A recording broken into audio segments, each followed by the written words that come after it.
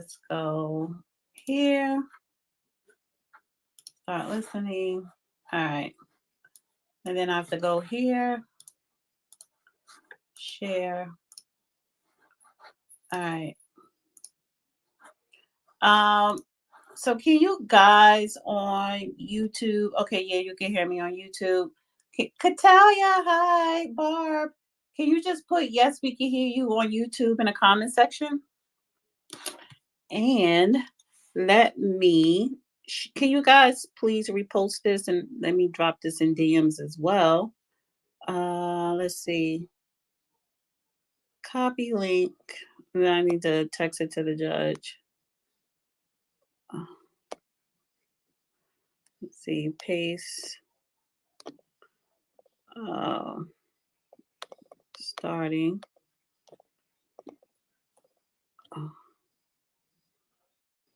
Okay. Let's see. Hi, Dana. Dana, blah, blah, blah. Yes, we can hear. Thank you, Katalia. Appreciate you. Thank you, thank you, thank you, guys.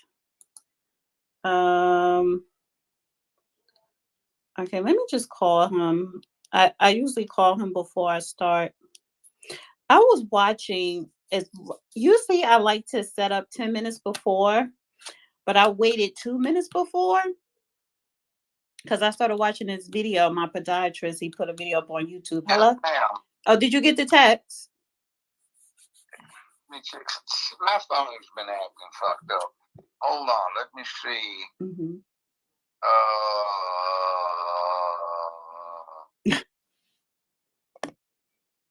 What is it now?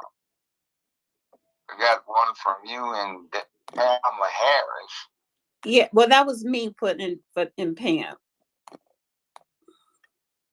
Okay. Okay, there's some new shit I was trying to check out about more information about further assassination indications. All right, did you get it? Because I'm live and people can hear you. Okay, I got it. Okay. All right. All right. All right, I'll be on in 30 seconds. Okay. So the judge is coming right up. Let's see. Share this. And let me take this. Let's see. Copy. Share this in my other one here. In the messenger. Let's see. Share it here. Oh, actually, I know how I'm going to do it. All right, so what we're gonna talk about? Of course, Diddy. We got to talk about what's going on in other countries everywhere. Israel bombing Lebanon, Beirut. They're bombing Beirut. I do want to talk about Marcelus Williams. He was executed in the state of Missouri. I'm against the death penalty. I am. Because they get it wrong most of the time. They get it wrong more than they get it right.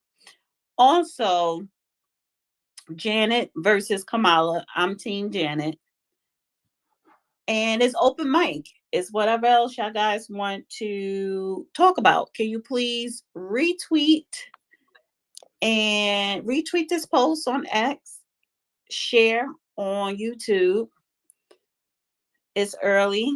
I usually let this run for 4 hours. Yes, the execution of Marcelus Williams. And tragic. Innocent man. He was claiming his innocence. So the governor could have stepped in. The Supreme Court denied his stay. The governor could have stepped in, and he did not. And that is the problem, I believe, when you're playing politics with people's lives. Let's see something here. Where is my X app on this damn phone? I got too much stuff going on here. Oh, here we go. Jesus. It can't be that damn hard.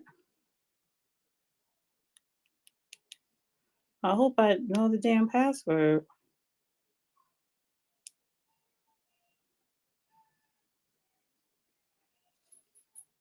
All right, yeah. So what is this? Um,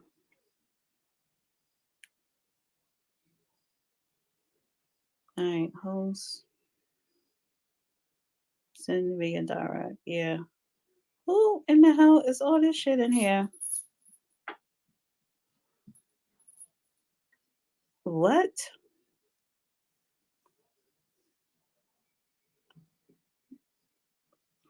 Okay. Damn.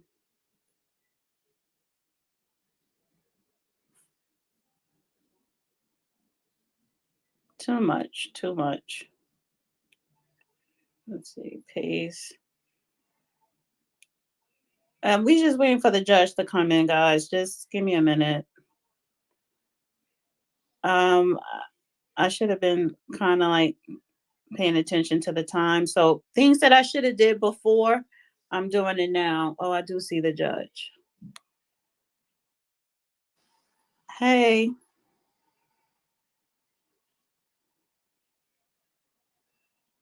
hello. Hi there. How are you? Managing. Yeah, I'm like kind of like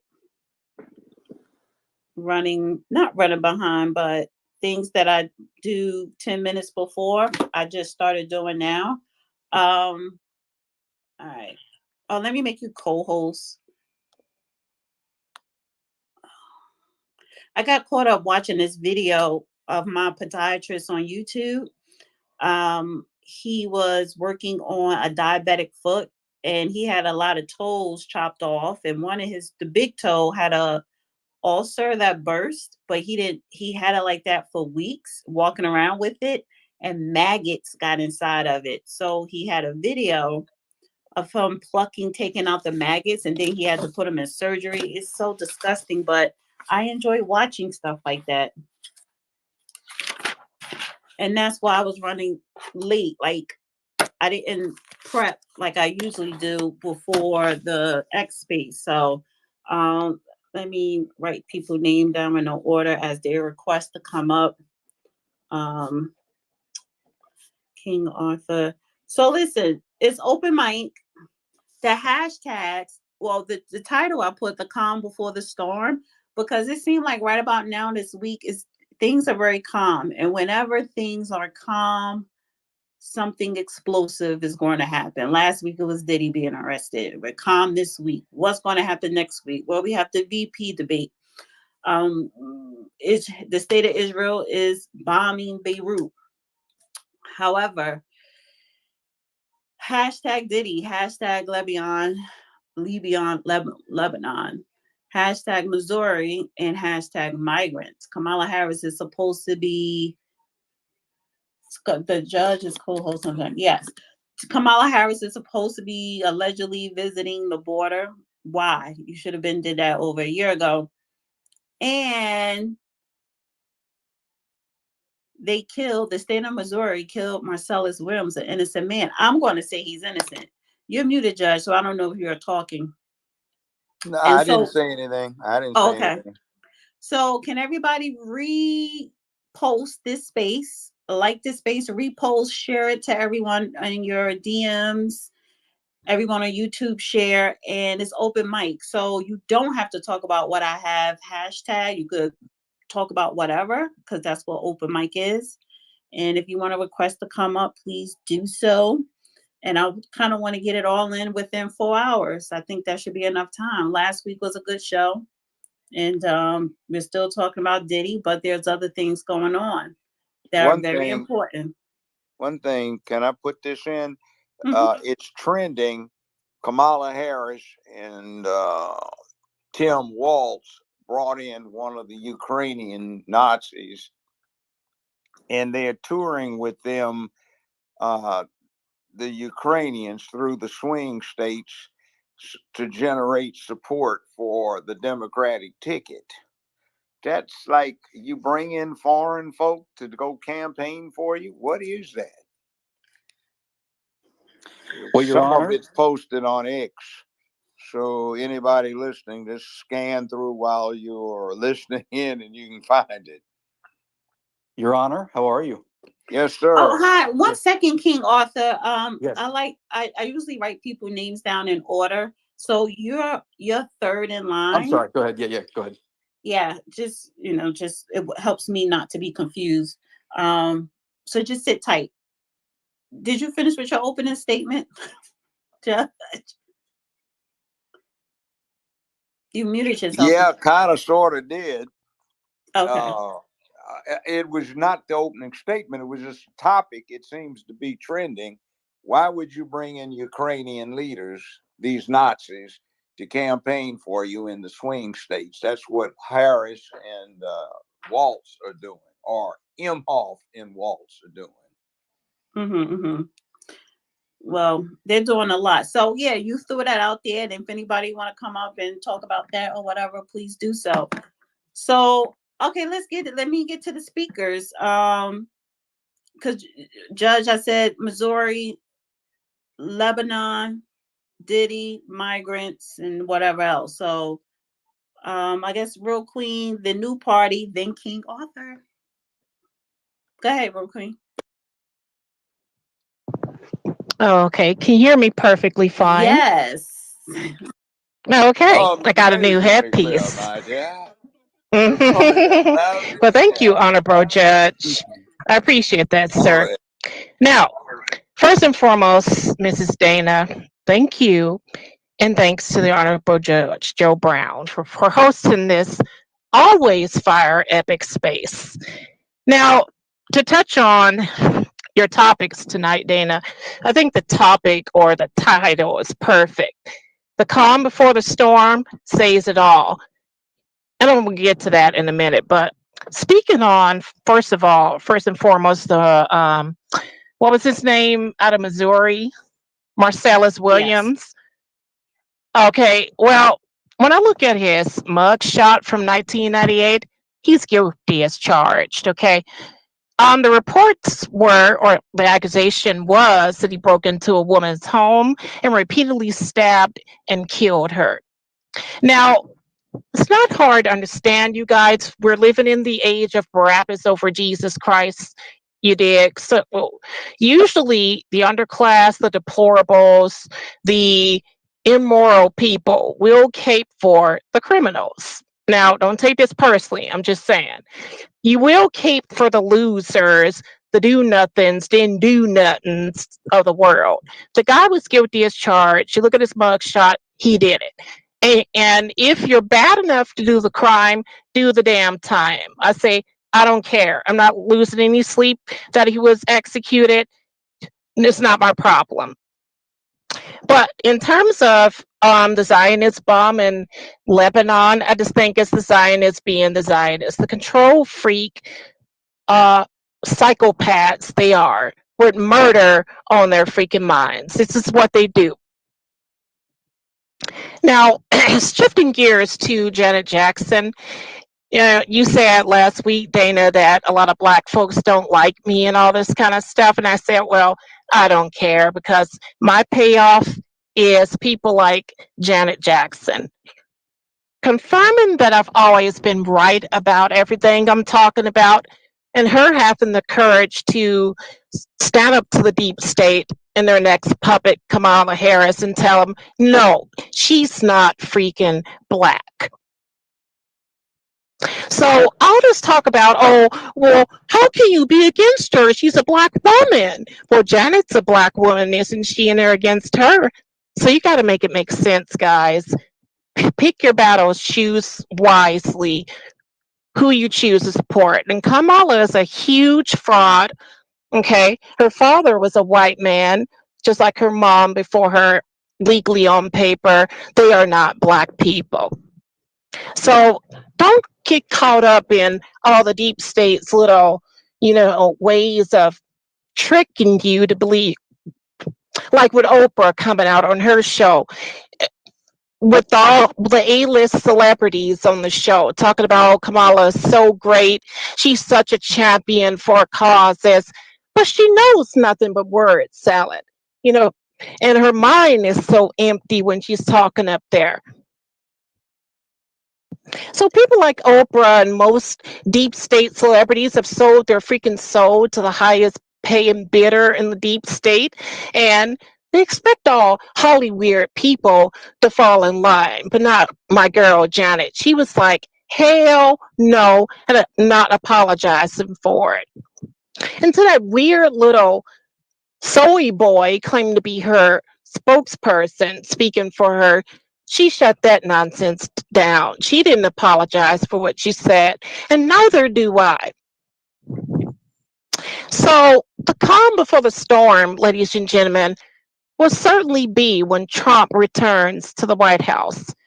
Now, we've seen 3, almost 4 years that this country has been handed to Black people. You've been running this country with the whores of Babylon, the Black women, okay, who are running the government because of their sex and their race. You've had 4 years to disprove white supremacy, to show the world that you're better than what they said about you all those years, to make something even of yourselves. But what did you choose to do with all this time, with almost 4 years of power, with the reins of the country and the government in your hands? What have you chosen to do? To prove those who wrote the movie many moons and years ago, many eons ago, called Birth of a Nation, right about you.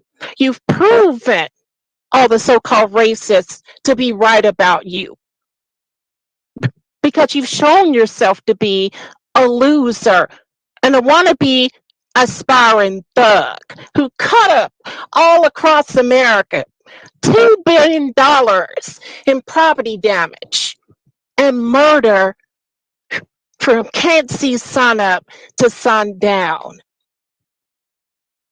But the calm before the storm says this: oh, there's a storm coming.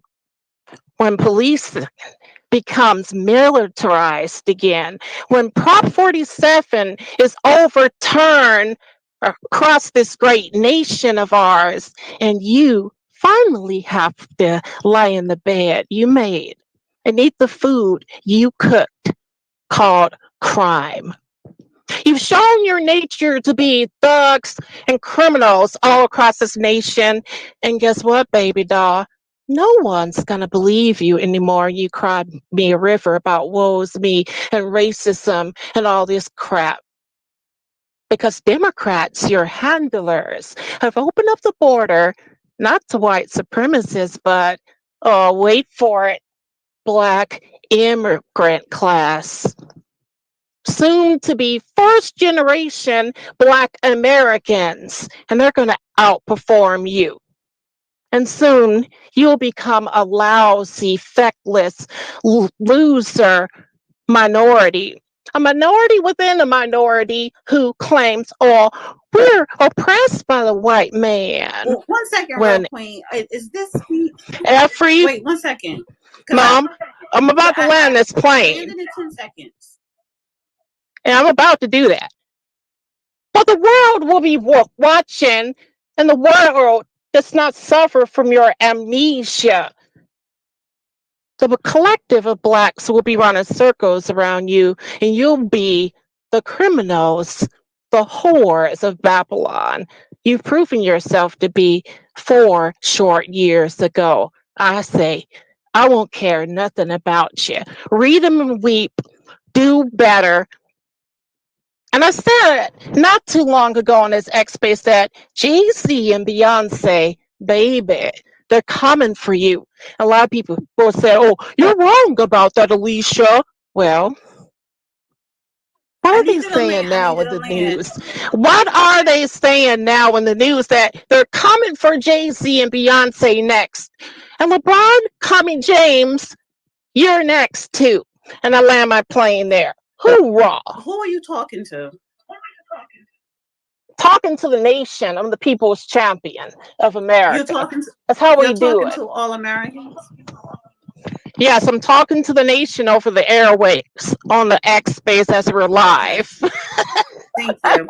What do you mean? Who am I talking to? Who was that speech for? And take It's take for. those headsets out because it's an echo. I can't have an echo. Oh, really? There's an echo? Yeah. I don't hear an echo on my end. Must be on When your I'm end. talking, I hear myself through your headset. I don't Turn hear your you volume echoing. down on your phone. No, it must be something you have open. No, It's not nothing me. I have open. It's you. It's you. Are you Yes, I'm sure? sure. Because it's I'm not sure. me. I'm sure. Oh, well, I don't know what to tell you. It's not Turn it me on back my down or end. just mute up. It is. I already turned the volume down. All I right, just turned it down. It's not all my right, just end. mute up. I need to go to the new party because I don't Oh, know. Lord. Were you talking How do to we all follow up Americans? with that, Were you Dana? talking to Black Americans? Yeah, well, hold on. Let me clarify that real quick. I was talking to all Americans, but primarily Black Okay, Americans. Well, you lost. Because y'all some hard-headed people. Y'all some hard. all right. I need you to get off your mic right now, real queen, and take them headsets off because they're not. Yeah. The headsets are not working at all. The headsets are not working, and you're way too loud. And I gotta move on to the new party. All right, go ahead. Oh, I know y'all do this to me. Stop bringing that fire. Real queen, And like please, in the movie Training Day, they said, "I'm real surgical queen, with this bitch, real Jake." queen. You have a delay. Okay. Okay, so that's the thing. Take the damn headsets that you have on. It's a delay. It's a delay. I'm on YouTube. I can't have that. I don't care if just take the headsets off. They're not working. They're not working. If it's a Bluetooth, take it off. Just take it off and mute up. Just take it off and mute up.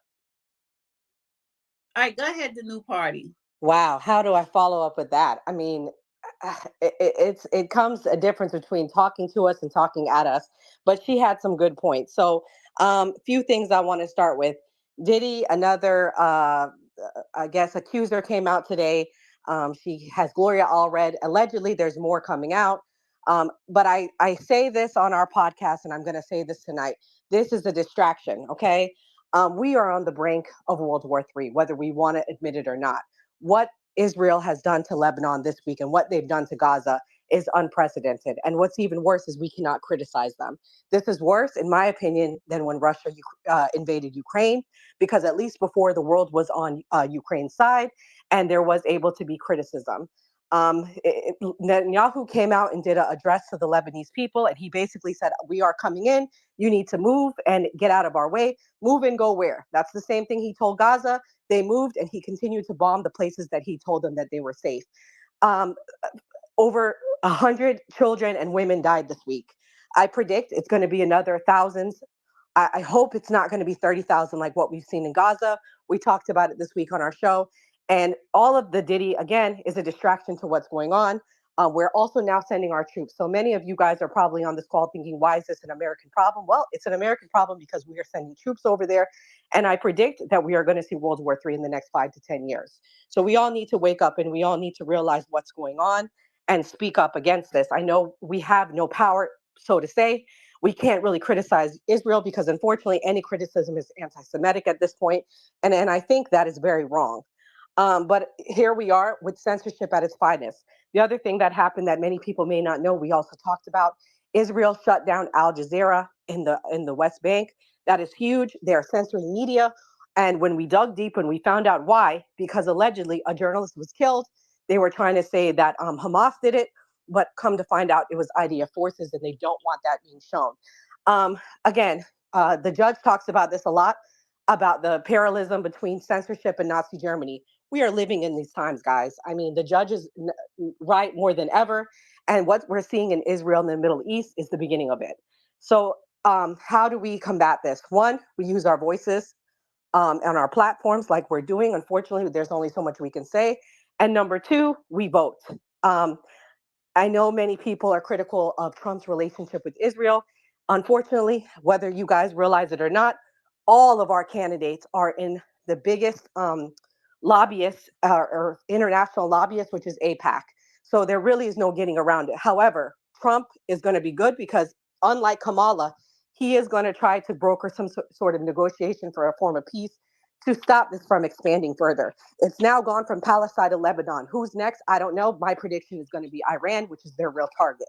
And it's not going to be good for us because we're going to have to be forced to be involved. And lastly, what's going on with the migrants?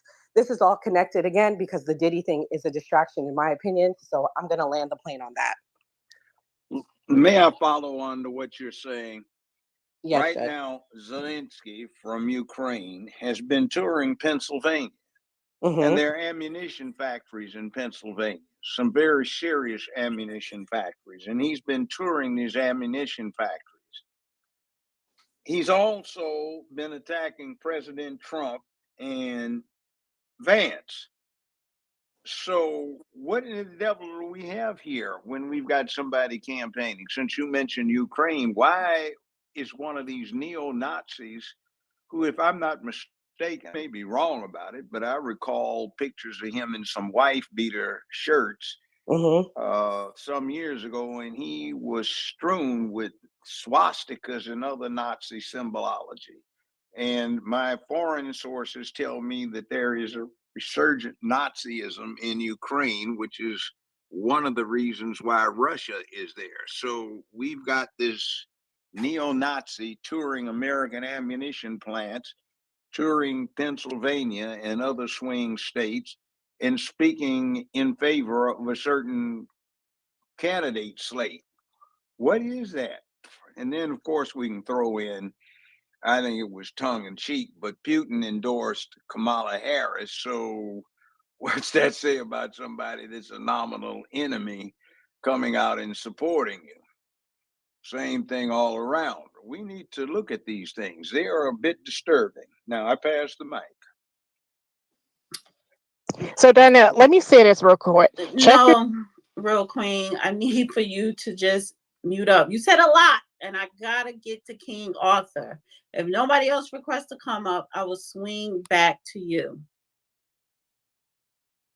Thank you. Go ahead, King Arthur. And I hope, please take those goddamn headsets off. Hi, Dana. So nice to meet you. How are you? Hi. I'm so sorry earlier. I didn't mean to jump on too eagerly. I didn't even have a statement. I just had a question for the judge.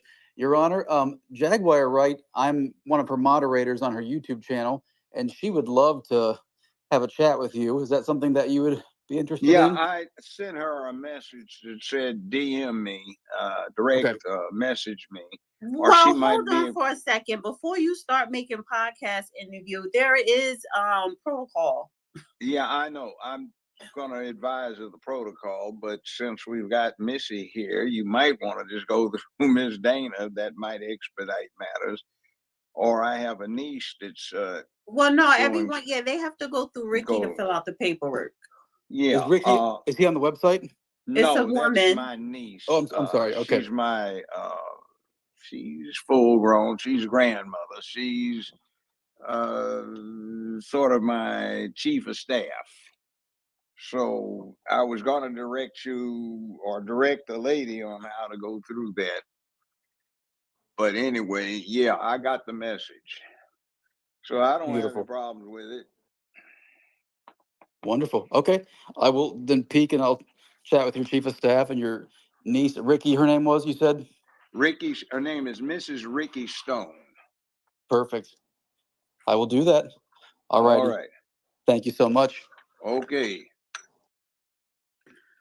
Yeah. So, all right. Real Queen, did you take those headsets off? It's not my headphones. I'm trying to tell you, it's your YouTube you've got open. That's why you're hearing the delay or the playback feedback. It's not me. I don't have my YouTube. No. Yes, that's what it is. Not. I'm trying to tell you, it's not me. You can't tell me something that I do for a living. No, it's not. Well, I know it's not the headphones. It's always the headphones. Because I use these all the time. And I just checked the playback. There is no echo coming from me. So I don't get it. Really, are you hearing an echo now or no? I'm hearing a hollow sound slightly. Yeah, Well, then, I don't know Judge, why. if I'm talking, Judge, maybe you should mute up. But when you have, I don't know if you took the headphones off or not, but when you're talking, your volume is already loud. But if you have Bluetooth, if you have headphones, a lot of times they don't do well on X. Forget about YouTube. This has nothing to do with YouTube. I'm talking about X. So if I know what I'm talking about when it comes to the audio, and if you try something new, then it kind of will throw it off. You sound fine now. So I just wanted to run a test. But let me say a couple of things. And anybody want to request to come up, please do so. First of all, you made a comment that he should have been executed. Well, he said he was innocent. There are evidence leading to that he was innocent. Whether he was innocent or not, when we're talking about the death penalty and the history of the death penalty here, they get it wrong more than they get it right. And even if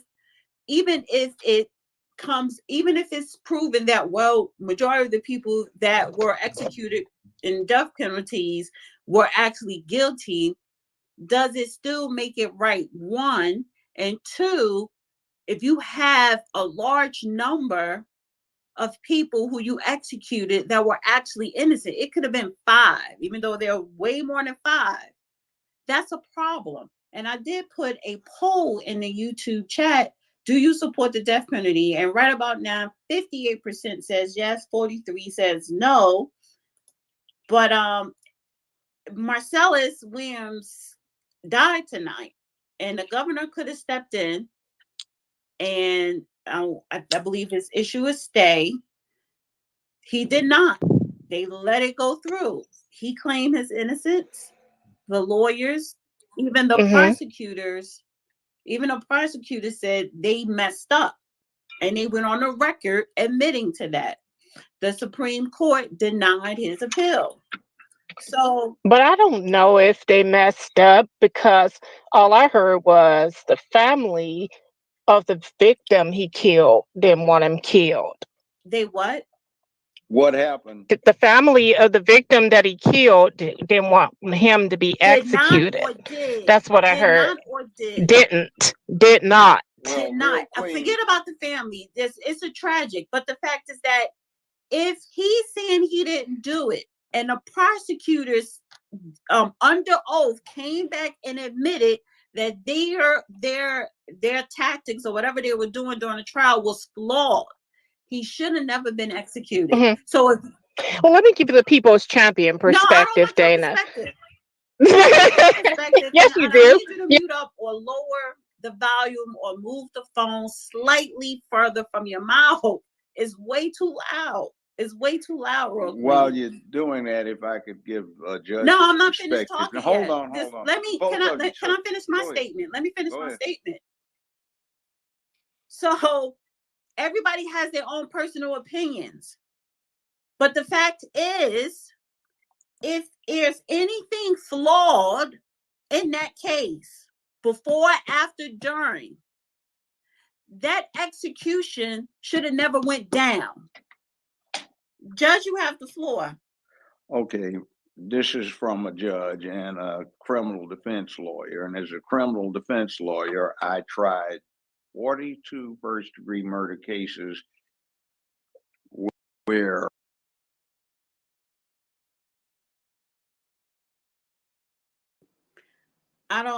Judge, I don't know what happened to you. Am I still on here? Okay, you're still on. Okay.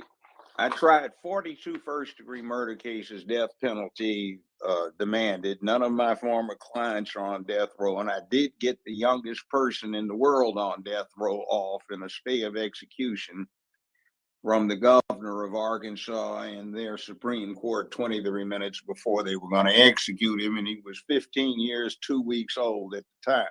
Now, let me say this. I said yesterday that it's an unusual situation wherein the prosecution was also asking for a stay of execution, not just the defense.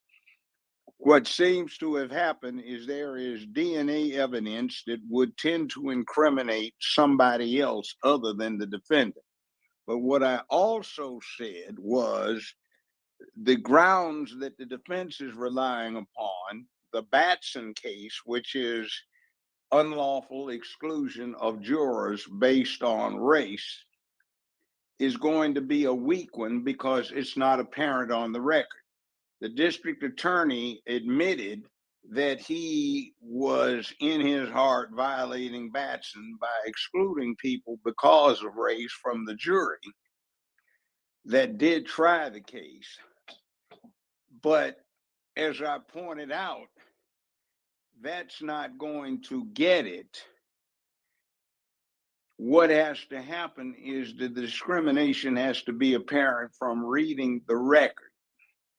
And defense counsel, when it started going that way, should have made a motion, which would have usually been granted, for the prosecutor to be required to state on the record at the time his or her reasons for challenging the people who were subject to their preemptory challenges. What is a preemptory challenge? That means you have a certain limited number of challenges that you don't have to state ordinarily while you're exercising. You can just say, I don't like their looks, they're fidgeting, et cetera, et cetera.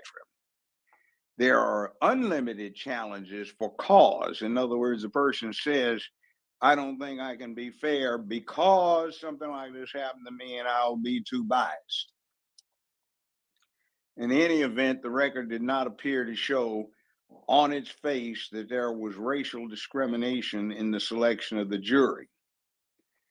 What the governor might have done is not issue a pardon, but simply a stay to let a higher court handle the matter.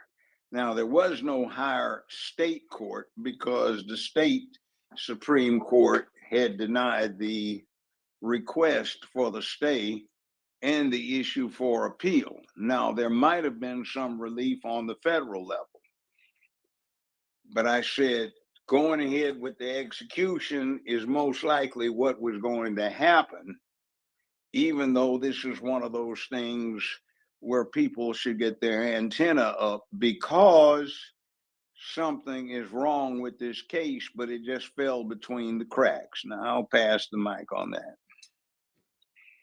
Now, Dana, you did pose that question to me in all fairness. Can I answer it? What question was that? The death penalty one. I don't think I posed the question, but I actually just made a statement to what you said, but go ahead. Well, can I give some perspective? Now, there are not more death penalty cases in America versus murders. Okay, there are more murders committed in America than death penalty cases. That's first and foremost. The reality is, it's like they used to say in the Old West, kill them all, let God sort them out. You know, as a Christian nation, we can't afford, okay, to get caught up in the merits of it, how it makes us feel and how it sounds. We have to be concerned about, well, cleaning up our streets, making this nation safer, and giving it to God. If we feel some kind of way about it, Judge, just can give it to you God and let put yourself God on mute? Put yourself on mute, Judge, please. and let God I have sort to it out, walk back okay? to the phone. But Go ahead. are people questioning whether or not murderers ever get it right? Did they kill the right person? No. So why should we care when one of these murderous thugs gets taken out the game? That's my perspective on it, Well, really. ma'am, the problem is it might be the wrong murderous thug. That is true, but also understand, do murderers ever kill the right person? No, I have had at least 2 juries come back when I was a judge. Judge, we have a question during the deliberations, and the question was, in both instances, identical. Quote, Your Honor, if we feel that the victim deserved killing, do we have to convict the defendant? And that was 2 separate trials. So it does happen. But now the death penalty, we associate it with somebody murdering somebody, but it hasn't always been that way. I did a brief that was 12,400 and I think it was 12,842 pages. It was a compendium on the death penalty, and the Arkansas Supreme Court read it. They told me they were impressed, and they unanimously reversed my client's conviction. But when it comes to the death penalty, the youngest person executed in the 20th century was a 10-year-old girl in Arkansas for shoplifting 14 cents worth of merchandise in 1934. She was arrested on Saturday, they tried her on Monday, and they hung her on Wednesday. Now, that gets a little problematical, and I have seen some cases, and in a time or two, I've presided over an instance where, well, on more than one occasion, where the prosecution, looking back on some stuff that occurred in the past, joined in a defense motion with new appointed counsel to set the conviction aside. Now, see, it's not just the defendant that is impacted. It's not just the families, it's the jurors and other people, and sometimes the prosecution. It's amazing to me that as I look back on my half-century career and all of the murder cases I was involved in, quite often, and I'd say 3/4 of the time, when the jury came back with a death penalty decision, they were crying. And you'd get jurors calling you up 2, 3, 4, 6 months, a year, 2 years after, when they had voted during deliberations for the death penalty, and they were talking about they couldn't sleep because they had these horrible feelings and these nightmares and guilt trips about did they do the right thing. So when you have a situation like this, you have some people, including prosecutors, who may be feeling nervous about it. Their consciences are bothering them. They are tossing and turning at night when they get visited by the ghost that will soon be lurking about. And you have to consider these things. But anyway, it is what it is. Well, I guess if you're going to be a nation of law and order, you have to be willing to take a stand on these tough issues. Like Trump says, he wants to put drug dealers to death. I And don't think again, that was his. whether you I don't agree think or that not, was his exact words. more people die at the hands of drug dealers than Well, Trump will actually, put so to death by if his right, policy. but if we're So gonna go down that route, and please mute up, and I'm gonna come to you, New Party, next. If we're gonna go down that route, don't look to throw a corner boy on the death row table, execution table. You need to put those cartels on the execution block. You also need to put some government officials on the execution block. So if you want drug dealers to be, put on death row, then you need to go high up that food chain. And if you're not going to do that, then don't say that, because though they're the drug dealers, that's how the drugs get onto the streets. So these are people that wear suits. These are not people that wear saggy pants. So if you're going to go after them, then look to your right and look to your left in Congress. Look to your right, look to your left when we're talking about Homeland Security, when we're talking about the CIA. Look, when we're talking about these drug cartels in other countries that control that government. So that rabbit hole, you're going to be putting a lot of high profile people on death row. And getting back to my original stance on it, which is why I am against it, because it's not fairly executed for lack of a better words. I want to get to the new party. Judge, can you please mute? Okay. Because we can hear everything you're doing, so just mute up and unmute when you're talking. Go ahead, new That party. that was the dog. I think what I struggle with on this is, for me, I have torn feelings on the death penalty. I think it has to be without a shadow of a doubt that the person did it for it to be the death penalty. Like, there was an eyewitness, like the DNA matched up. And I think the difference with this case is there was a dispute on if the DNA was even his, and it wasn't proper. Like, from what I'm understanding, the investigation wasn't properly done, so the evidence wasn't properly taken at the time. So there was like a question on if the DNA evidence was even his.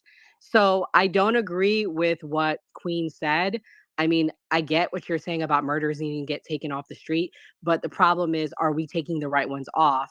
And now we just killed a man. I don't know if I can't say if he was innocent or not tonight because I don't know much on the case, but it sounds like he was one of many that, yes, he may have been a criminal, but was he guilty of this? No. So I think that's what I struggle with the death penalty. But switching gears a little bit here, Dane, I know she's not your favorite person, but Candace Owens came out today with evidence regarding Kamala Harris's race, and I would love to get the judge's perspective and if he's seen it. Well, real quick, before the judge speak, new party, or should I say new party? Yeah, I say the new party because it's the podcast, the new party. You go follow the new party. Candace Owens, she's not enlightening anybody. She didn't drop a bombshell. She's not shedding light on anything because everything she said in her video, the judge already said. And we talked about this on the show last night, to where they listen to my channel when me and the judge is on, mainstream media and other content creators such as the Candace Owens, and they take what he says, do a little bit of research, and then they put it out as their own content. She is not an innovator. She is not breaking down barriers. Now, does she have great diction? Yes. Does she know how to present a story very well? Absolutely. Yes. You know, so she didn't. That was already established. I seen that video. I seen the video, and it's like, girl, you showing up late to the party, but your followers don't know that because she has over 2 million followers. She's popping, but she is not a scholar.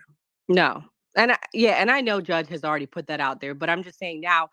She laid it out in a visual perspective, and now she's showing like the photos of it. And I mean, what photos of her and the dad? No, she showed evidence today that the lady, like, you know, the lady that Kamala posts as her grandma, that there's no way that could have been her because she died in 1960.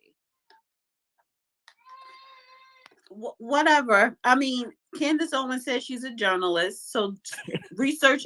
There are research journalists that you're supposed to do your research, but maybe, you know, her pulling pictures that maybe the media hasn't seen yet or people on social media hasn't posted, that's fine, but she ain't saying nothing new because majority of everybody already don't believe Kamala is black. And this is not me hating on Candace. I just think my stance with Candace Owens is, you know, she talked a lot of shit in the past, particularly about black people, and she was paid to do it. And that's why she did it. And those same people that booted her ass out, right? Now she wants to come back on the black side. Right. But at the same time, she thinks that everything she says is accurate and right. And it's not, because I've listened to a couple of things when she's interviewing, let's just say, other black people or black people, right? And they're not well up to date. And I hear her try to make an argument on certain things. For example, when she had Mark Lamont Hill, when she had another podcast, she was interviewing people one-on-one, was Mark Lamont Hill. And they was talking about the race riots like in the 60s, because it was in Newark, it was in Watts, it was in Detroit.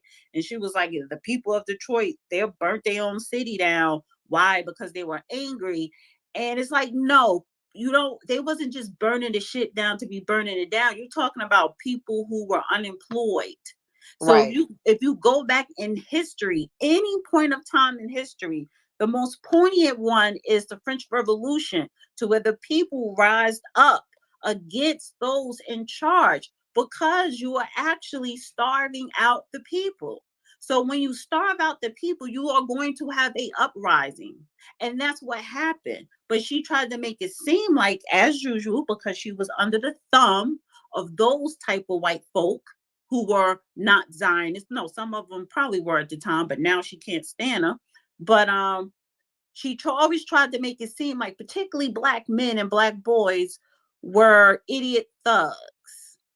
Yeah, So we don't worship her. I just want to let you know we've critiqued her. My theory on Candace Owens is she's doing this whole anti-Jewish thing right now because she's angry at her old boss, and it's personal. It's not because she's right. doing it to expose it. So I just want to be clear. I think that she panders. I think that she's doing this. She's a grifter at best. But I will say, the visual perspective that she laid out today to me, and I'm not. I know Judge said it first, but seeing the pictures and seeing the evidence, not just speaking it, to me it was like, wow, like, is this finally going to be what it, I mean, Judge said it, now she said it. What is it going to take for people to realize that she's transracial at best? Like, I'll even say it, and I'm biracial. Right. Listen, there are people, there are people who probably do believe it, but they are so pro Kamala, they don't care. They're going to go with the lie, or they believe the lie. A lot of people believe what is not true, even if you throw it in their face. And that's a lot of Americans. So, and that's on both sides of the aisle, which is kind of spooky and scary. But it was something else that I wanted to If I might interject something very briefly, I'm well aware of what you're talking about, ma'am. Those pictures were actually in a Jamaican publication some years ago, and they accompanied an article that Mr. or Professor Harris published himself, or rather wrote himself. It wasn't an interview. It would be construed today as very negative to Kamala Harris. Now, what also is going on is that stuff was available through Google about 10, 11 years ago, 7 years ago, but it's not there now. They've taken it down. And when you Google stuff, look carefully through the page you're on, end the page, start all over again with the same entry, and see if you don't get a different page. And you will find strange notes about this has been adjusted in the last 24 hours. This was adjusted 2 days ago, or this was modified 4 days ago, or the latest update is in controversy, et cetera, But those pictures are real. And Kamala Harris, Imhoff, Mrs. Imhoff, is not prone to the truth.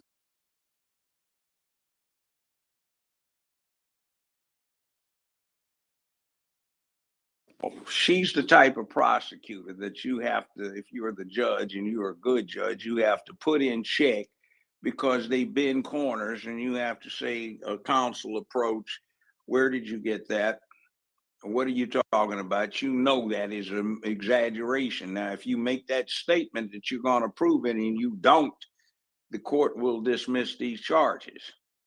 And that's one of the remedies you have, and you shut them up and get them back into being legit rather than just bending the rules and trying to win at all costs, because a lot of them get corrupted. And out of the classification of people, I think one of the worst and most corrupted you can ever find are career prosecutors. They are horrible. They have been left by the rest of the world, and they don't care what they do. They just want to win because they are looking at what they've done as an exercise in futility. Their careers have gotten nowhere. And it's a real live mess. And she fits all the profiles for that. She's a prolific liar. And what you see is to be expected. If you see the type, you recognize it. Once you recognize it, you never forget it. And by the way, that colors my reaction to damn near everything that woman does. It's just fake, fake, fake, fake, lie, lie, lie, exaggeration, mistruth, and bending the truth. So, what the woman, what's her name, Candace Owens? Is that it? Who we're talking about? Yeah. Yeah, I saw what she posted, but that's been out there on X from years ago. I'm familiar with it. I've seen it. I've read it. It's hard to find now. And maybe she's got a crew who got it together, or somebody went to Jamaica and came back with one of the magazines that published this some years ago. By the way, there's an interesting thing too. He published quite a bit, and I find it interesting that a few years ago it was accurate, and then you'd read it again, look it back up, and it'd say this has been modified, and somebody has edited what's going on, and it's not saying what he said. Yeah, But the and I will fact tell of the you, matter, Judge, you can't find anything critical of her online. We did a no, a can't. documentary on her, and we couldn't find anything. We like basically had to go like word of mouth, reading old Twitter posts to even know, like, reference the stuff we knew what we were talking about. Yeah. And then the thing that gets me is look at that real fact check that the moderators didn't even touch her on. There are no American troops in a war zone today as we speak.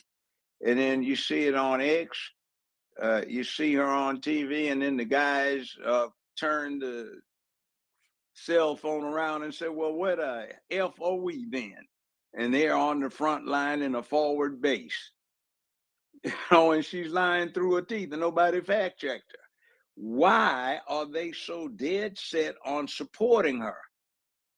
And the point that I've been making is there is a very good reason why they are doing what they do and why she can get away with doing what she has done. And it's because they're trying to spread this LGBTQIA cult.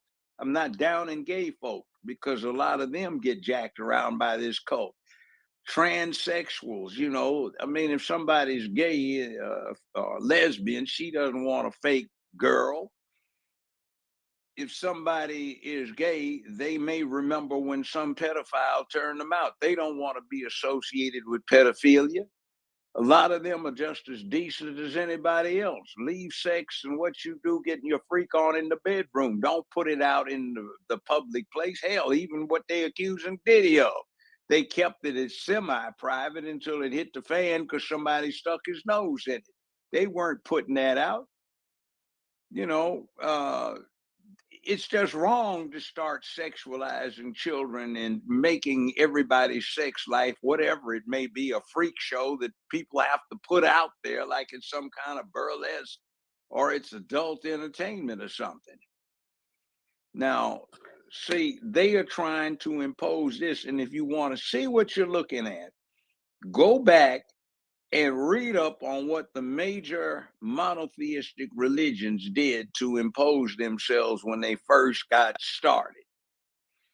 And look at the Crusades, look at Torquemada, the Inquisition, look at burning witches at the stake, look at the 100 Years' War of religion in Europe, look at the 40-some years they fought where the Catholics and Protestants were trying to kill each other.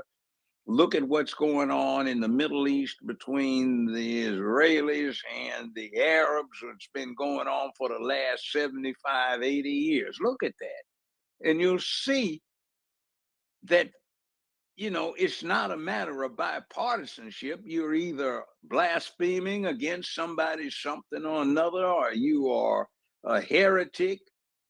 And it's by any means necessary, because remember, you're trying to save somebody. But in this case, the unusual thing is it is no longer trying to impose morality and ethics. It's trying to sit there and destroy them. Remember the mantra, no guilt, no shame. do anything you want. You have no constraints. Just get whatever you feel like doing, get it on, and forget everybody else. No character. That's why all this stuff has gone to hell in the streets. Nobody's got a purpose or a cause anymore. And these clowns have been trying to teach this for the last 50 years. And now they got what they wanted, and it's going to hell. And the main thing they're trying to do is make it worse. But anyway, I don't want to go down that rabbit hole. This is open mic Yeah. thing. But, I'm gonna you get know, to I Diva, passed the then mic. I'm gonna get to Diva and Dr. Z. Go ahead, Diva, and then I'll swing back to the hands. And whoever else want to request to come up, please do so. Go ahead, Diva.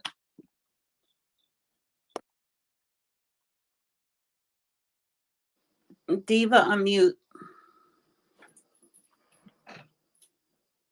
Are you there? Maybe they didn't want to speak and didn't realize their speaker. Go ahead, Dr. Z. Hi, thanks for having me speak.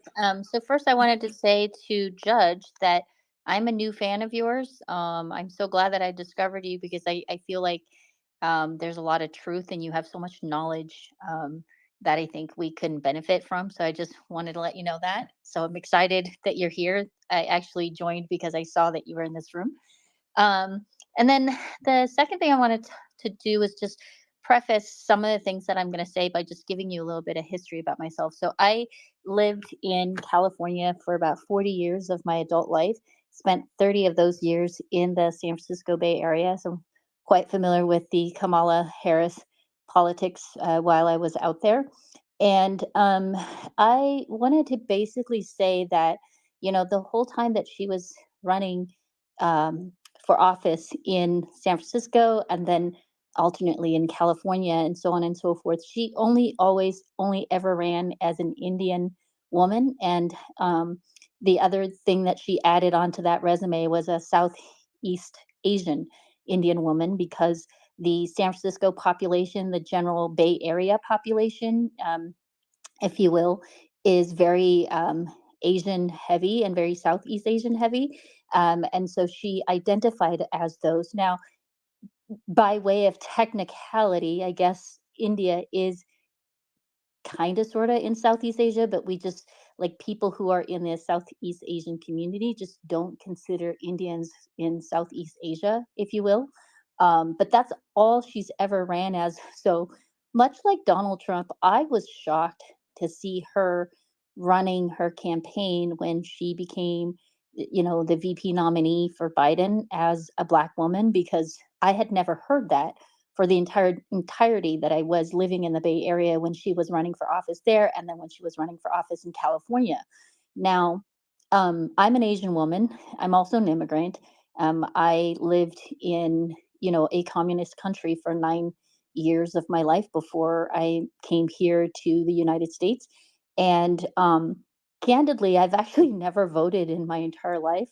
But this particular election is so important to me. And the reason it's so important to me is because when I look at Kamala Harris and her policies and what she's done to California from as a prosecutor, as an attorney general, and then as a Senate in terms of how she votes, you know, on the Senate seat and what policies, what programs she supported and put into place, it is very consistent with um, communists, or in many cases, the father of Marxism, you know, Karl Marx. It's very consistent with Marxist / communist policies. And that's why I am so scared that she's actually on this ticket. I actually was not even paying attention to um, the politics until they put her on the ticket. And I went from not being a voter to now sending postcards, sending mail, making phone calls for the Trump campaign, to now volunteering to do poll watching and registering voters. And I'm dedicating like 2 months of my life just to do this, because that is actually how afraid I am. And, you know, we can go into all of the details, but at the end of the day, like what I would like for people in this particular group to think about is like, think about the fact that She never got any votes, and that's because they knew they would never be able to get her through a primary because her policies are so unpopular with the actual overall Democratic Party, right? So that's one. The second thing you want to think about is like this woman who is the least popular VP in the history of American history went from being so unpopular to now in the lead in most of the states. And then the third thing that you want to think about how quickly she raised money, right? She literally raised like $500 million, $500 million in like a little over a week, which is unheard of. So when you really put all of those things together, you can kind of come to the conclusion, it really doesn't matter which side you're on, you can come to the conclusion that she is bought and paid for, right? Um, so the last thing I wanted to say was that I was watching a YouTube video, and there was an African American woman who was asked um, if she would vote for Kamala Harris, and she said no. And they asked her why, and she said because she's a culture vulture, meaning, and she explained it as in like she basically is a vulture. She came in here and she took away our Black culture and just made it hers. And now she's using that platform to run on. And this woman basically said, that's not okay with me.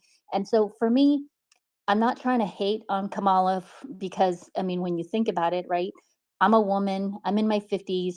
I, have lived in the Bay Area. I would like to see someone like Kamala Harris succeed in terms of like her color and being a woman and just being a minority and being of like immigrant parents and all of those things. I would like to see someone like her succeed.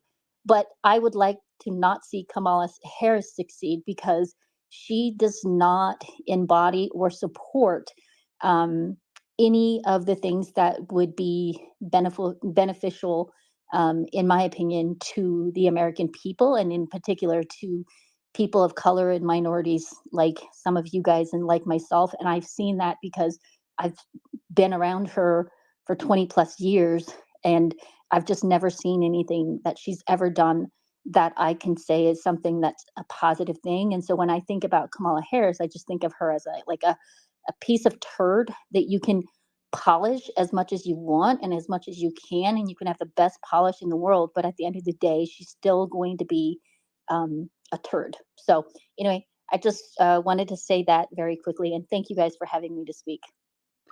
Appreciate you. Well said, though. I appreciate everything that you said. That was funny at the end. It was like, she's a turd, but you said it so politely. Did you want to reply, Judge? You're muted.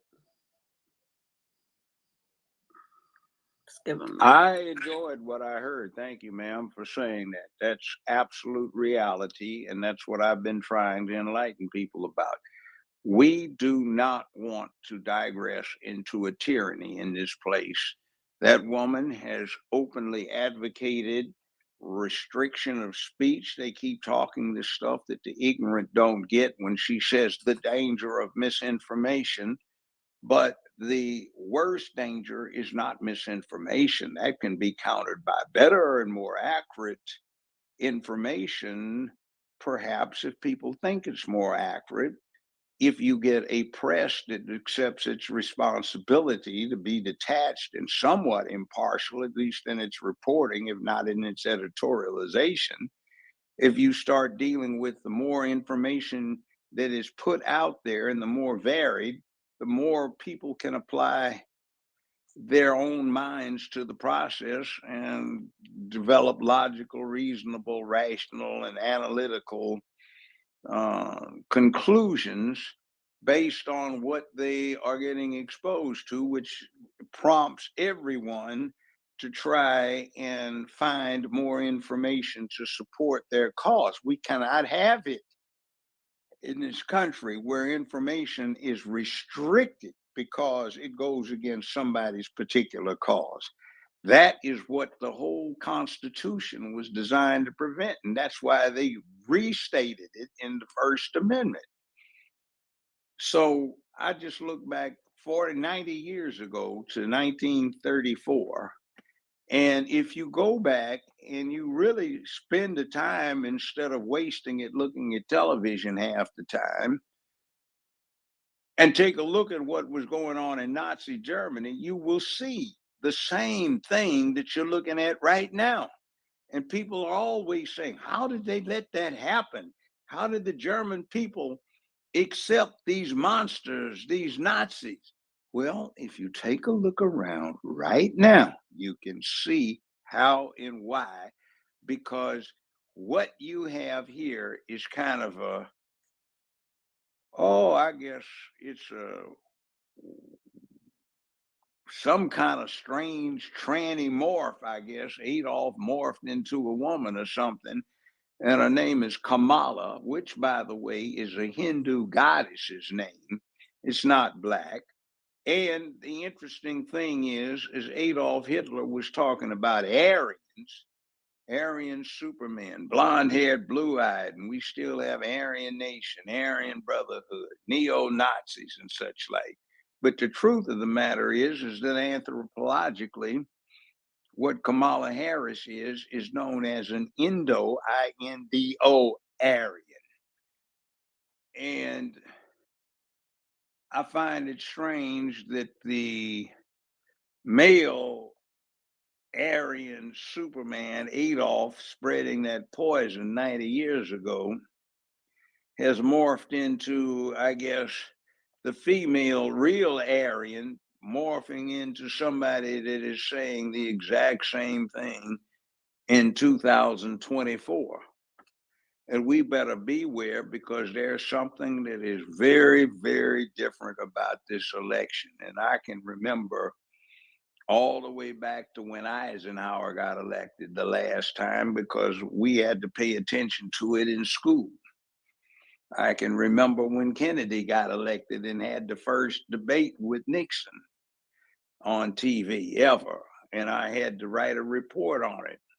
I was a freshman in high school. I can remember these things. And this is something entirely different. I have never seen anything like it. And much as one side may be acting like they hate the other, there are some rules that they do try to follow. These folk are following no rules at all. They are just out there by any means necessary. We don't give a damn. We're going to win. We don't care if we have to cheat. We're going to get our way, because what we have is more important than this mere republic that we live in. We're trying to spread it around the world, and Ukraine is helping us out. And we upset everybody around the world, where we put that flag with all the colors under the U.S. flag, and everybody knows what it stands for. And the other people are saying, hey, we don't play that. Why are you insulting us? But we do it anyway. And you see the school corridors blanketed with these rainbows. You see the White House lit up in rainbows. You see them forcing this down the Republic's throat. You see Waltz signing into order those things that got him the nickname Tampon Tim. Do we need a signal? Do we need somebody to come down and write it on high that that's what's going on? We need to wake up. But I passed the mic. Thank you, ma'am, by the way, for your remarks. I want to ask Dr. Z. And I just followed you. It's because on your profile it says 52 immigrant PH from School of Hard Knocks, and I wanted to ask you about the migrant crisis. So were you born here, or you came here? No, I wasn't born here. I came here when I was about 10 years old. Legally, Yes. like the regular way. Right. I can explain how I came. Well, you can, and then too, I want to ask you your thoughts on this migrant crisis that we have going on. Sure. So I'll just briefly explain how I came and how I think everybody should come. So when we were trying to come to the United States, we were so I'm a product of the Vietnam War. I'm from Laos, and I'm a part of an ethnic group of people called Hmong. It's spelled HMONG, and we were on the side of the Americans to try to help with the Vietnam War. And when the war ended, that's when the Viet Cong came into our country. But much to what Judge Brown was saying earlier, it didn't happen overnight, right? There was a lot of propaganda and stuff like that. But I came over. So what we did was we had to escape into Thailand. And then in Thailand, we applied to come to the United States for asylum. We went through a process. They fully vet you, just because the main thing is that when you're trying to come over and you've been through a situation like that, they don't know if you're one of the good guys or if you're one of the bad guys trying to come in and infiltrate. So we filled out our application. They vetted us. They had to check all of the people that we were connected to, check what positions did our family serve, in the military, and so on and so forth, and do quite a bit of vetting. It took about a year, a little over a year, to go through the vetting process. And then once we went through that process, then we were given, the okay to come here to the United States. And when we came here, we had a family that sponsored us and helped us to acclimate into society. And so it was all very well oiled and coordinated. And the main thing that I want to point out is the vetting process. Now, the immigration situation as it stands today is a total mess. And the reason it's a total mess is because when people talk about immigration, you guys, I'm sure you've seen the numbers are like really weird, right? It's like you hear the numbers like 10 million, 11 million illegals. And then sometimes you hear the numbers like 25 million, sometimes it's 30 million. The reason why the number is so messed up is because it depends on how you look at immigration. So illegal just means they came through the border and they're not supposed to be here, but we let them stay. That's illegal immigration. And that's that $11 million or 11 million mark that you hear. The other 14 million to 18 million is an estimate, because there are people that do not come in through the border. There are people that have been flown into the country through loopholes that Biden and Harris allowed. And then there are through those loopholes, which means that they don't get checked at the border. So that's an estimate.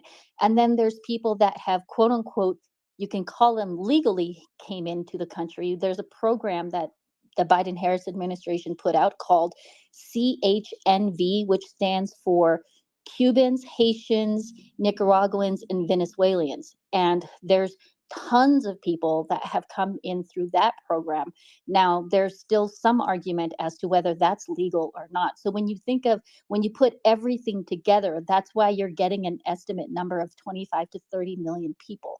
Now, the issue that we all should have with that is that when you have a population of about 330 million people here in the United States, and you add roughly 25 to 30 million people to that population, what you've done is you've increased your population to about 10%, which is a lot to take on in a period of 3 years. And that's all of our tax dollars and stuff like that, right? So that's the issue with immigration that a lot of people don't understand, is they just think it's a southern border issue. It's not just a southern border issue. It's a southern border issue. It's us giving and flying people in and not vetting those people. And then it's also us creating new programs and new loopholes for people to to enter into the country. So like the Haitian, discussion in Ohio, for example, right? Technically, all of those people that are there, they are there legally. Those are legal immigrants by default, that they came in through this CHNV program. So you can call them legal, but are they really legal, right? Because we gave loopholes and stuff like that. So that's one issue. The other issue is that, most of you may not know, but we've spent $150 billion on immigration in the last 3.5 years that the Biden-Harris administration has been in business, right? And so the question we have to ask ourselves as a society is that if immigration continues, how much more are we as taxpayers going to be spending? Because we actually need that money, So that's how I feel about immigration, is to just kind of like educate yourself. For me personally, I hear people talk about, recently, Kamala Harris brought the whole abortion issue up and talked about Amber Thurman and how she died because of quote unquote bans and things like that.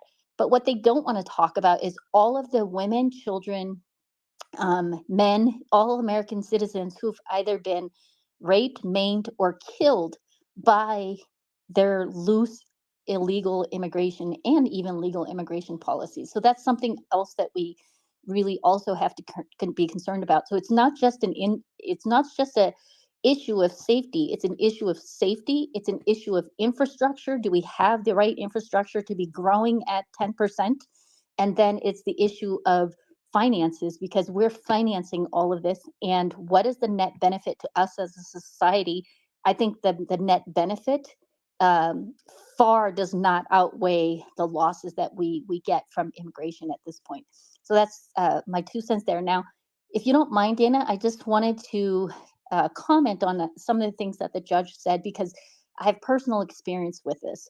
So I want to move on to kind of talking a little bit about communism and what happened in my country and what happened in the places that I've studied communism. So the first thing that they do is they capture your institutions. When you think about institutions, for example, our press, like, I don't think there's anybody in this room that disagrees with me that our press is 100% captured, right?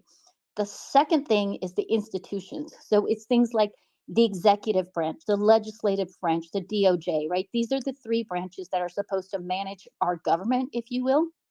But when you think about it, how did they capture the executive branch? Well, look at what Biden did in his first day of office. He signed like 71 executive orders, right? Look at the types of laws that they have passed since they've been in office, if you will. The legislative branch, most of our government officials today are corrupted in some way, shape, or form. The most recent discussion that they've had quite a bit is how come it is that these people on Capitol Hill make a roughly $140,000 to $170,000. Now, anybody who knows Nancy Pelosi knows that her maximum salary that she ever made in her lifetime is $170,000. This woman is worth about $130 million. How did that happen, right? And that's because she is, in history, I think they said that she has made the most successful stock trades in history. That's because she's cheating. And then we have all seen the DOJ and what they've done, not only to Donald Trump, but to Robert Kennedy. We've seen that. Now Elon Musk is being taken down. He's being investigated on like 4 or 5 different things because he decided to come out and support Trump. So we're seeing the DOJ being used as a weapon. Then you have all your alphabet agencies, your CIA, your FBI, your DHS, and so on and so forth. As Americans, ask yourself today, when you hear something about the FBI or the CIA or Department of Homeland Security and the activities that they've taken, how do you feel about the information that's been given you, right? So to me, these institutions have been captured at the higher level.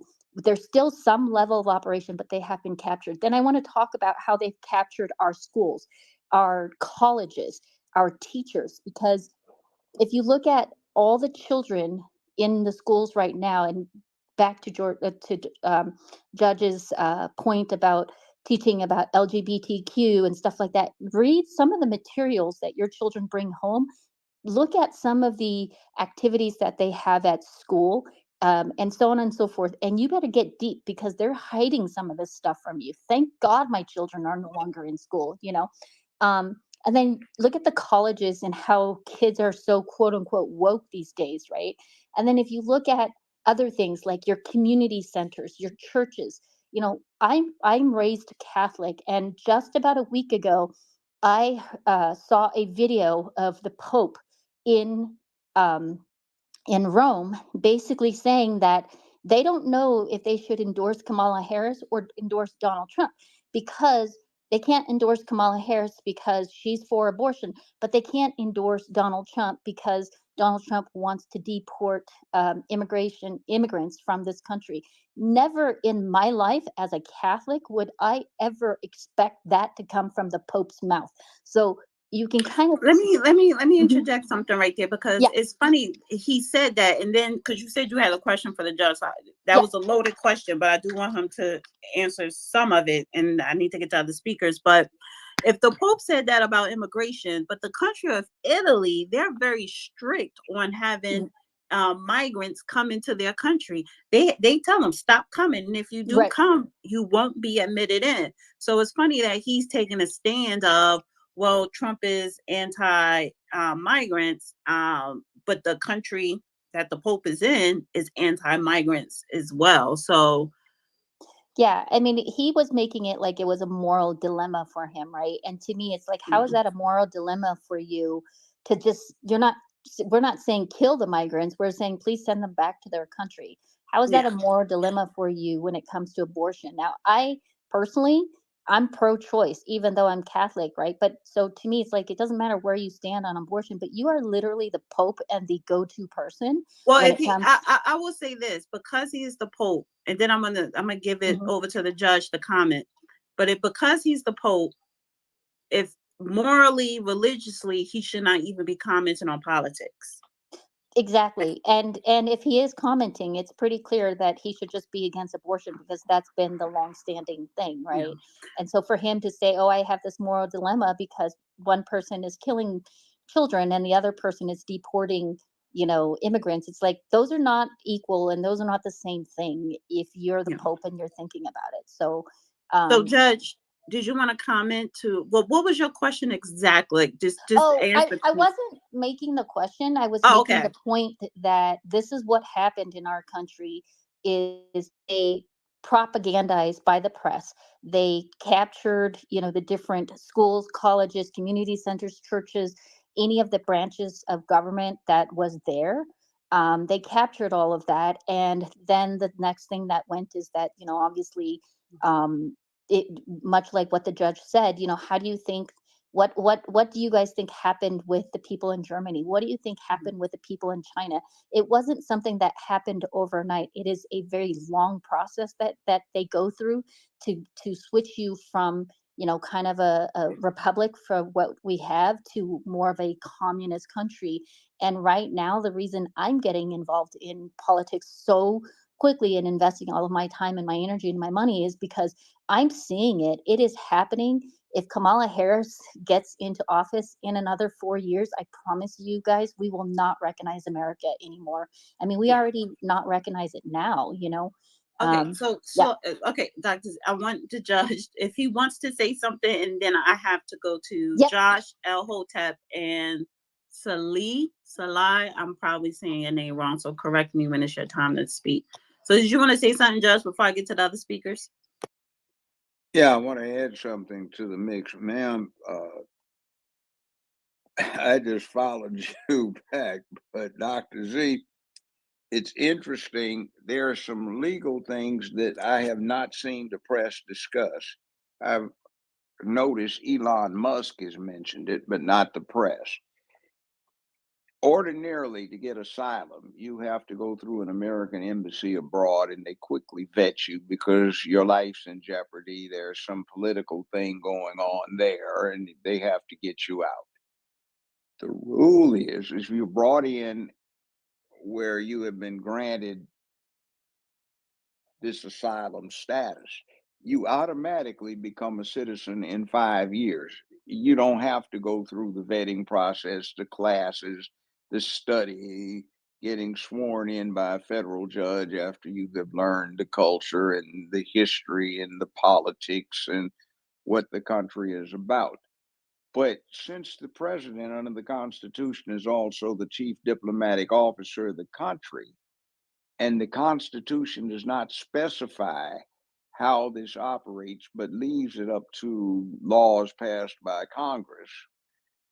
What happens is that the president, the next president, could issue an executive order, pardon everyone that has got in here illegally, because it is a federal crime, pardon everyone that gave them sanctuary, because that is technically a federal felony known as harboring a fugitive. And a fugitive, amongst other things, is defined as a person who has illegally entered the country.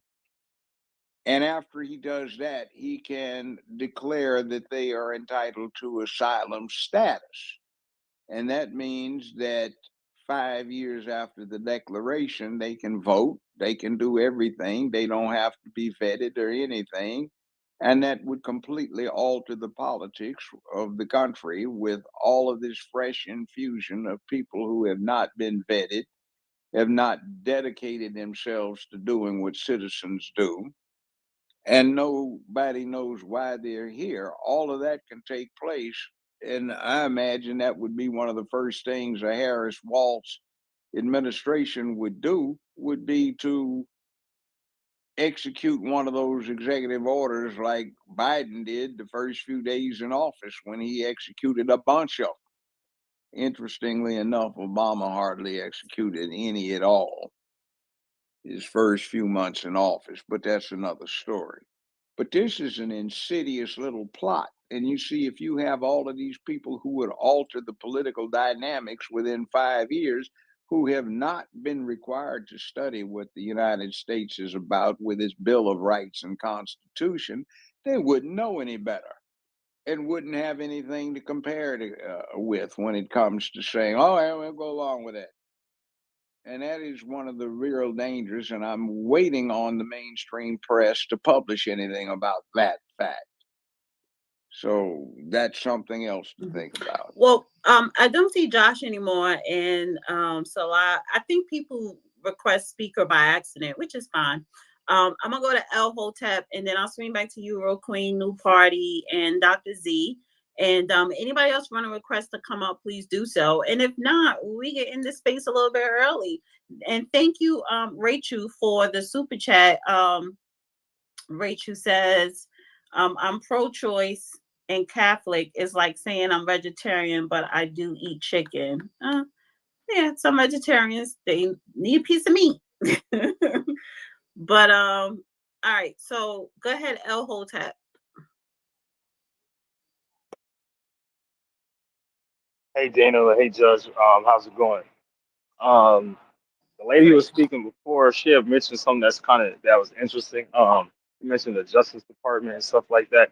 Several weeks ago, Judge, I asked you a question regarding Trump's potential picks, and you had said I think it was the FBI or Justice Department or Attorney General would be one of his most potential picks that he would have to fill this administration.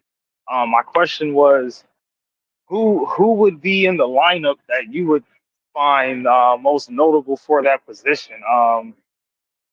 Is there anyone that you would like to see fill that cabinet position? Your thoughts on that, and or do you think the Democrats are trying to throw this election? I was reading an article and it stated that the NAACP was kind of concerned with the Harris campaign and their fundraising. And I have seen that they've been outspending the Trump campaign in certain battleground states. So do you think that they might be possibly trying to throw this election and try to win in 2028?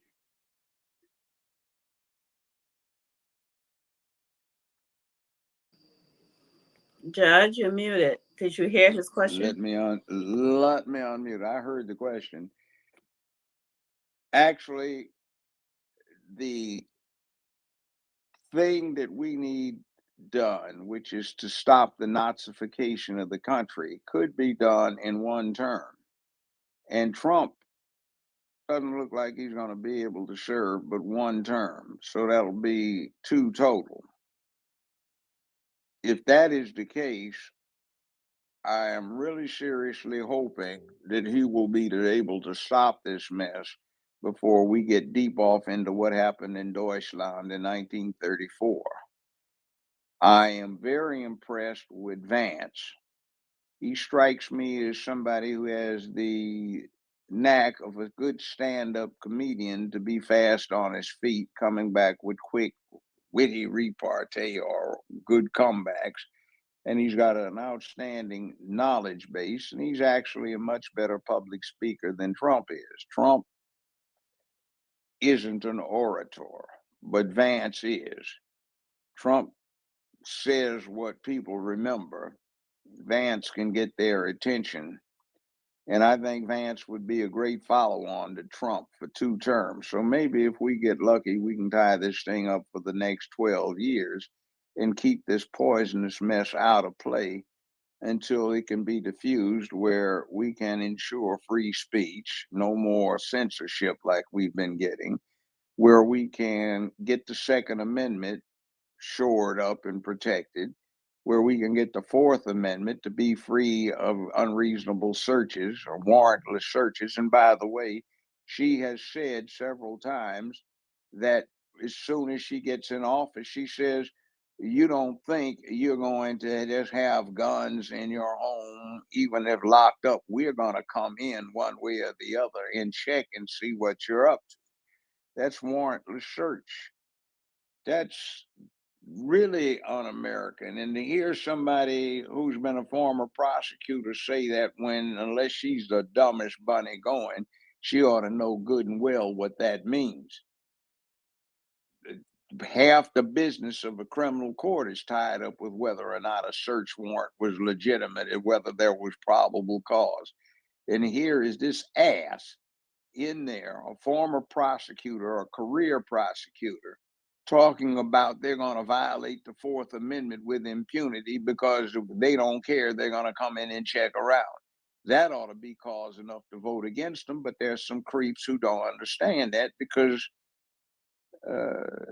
they don't think like free people. They don't understand it. They make assumptions about their entitlements rather than the fact that those entitlements are earned by somebody, even if it's not you, and you owe it to them and everybody else to be prepared to earn them for the next generation. But we don't get that. And we've got a real live mess going on here. It is crucial. But yeah, that might happen. But the main thing is to stop it from happening right now, because all they need is 4 more years. And I would suggest that within the first 2, most of the framework for dismantling the protections of the Bill of Rights are going to be in place. So we have to stop that at all cost. Onyx, I see you requested to come up. Are you a real person or a troll? I appreciate it, Judge. Appreciate it, Dana. Oh, I'm sorry, Hotep. Was that it? Or was it something else? Oh yeah, I did. I did want to know if he felt like the Democrats were trying to throw this election in the hopes of winning in 2028. Just because I even Well, noticed that there's no notable Democrats on the campaign trail campaigning for Kamala. You do got Gretchen Whitmer, but you don't have anybody like Obama, Michelle, Bill Clinton, or Hillary Clinton. Even Gavin Newsom isn't on the campaign trail. I don't know if it's because of the schedule, but they're not going as hard as they were in 2016 and 2020. So I just think that they're trying to throw this one and hope that they can get a chance in 2028. I could be wrong, but I don't know. Let me throw something out there. I think what happened to Diddy, and the fact that though there may be copies of the certain recordings out there, I think some people are going to lay low for a while.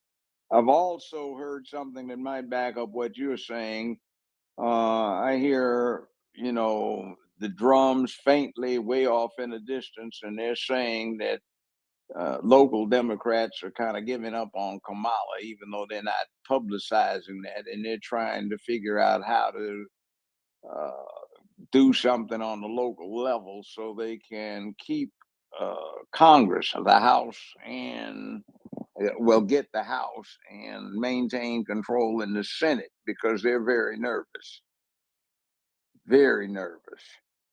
But I think this thing that happened with Diddy is about to have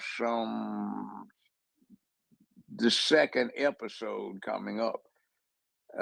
One of his people released a video of his 50th birthday party, and we can see everybody in there from Hillary Clinton all the way to the Kardashians.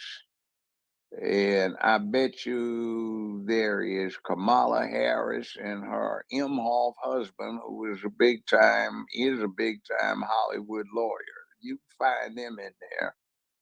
And the implication that came along with the release was there's some more intimate recordations with some of the same people you're looking at in this.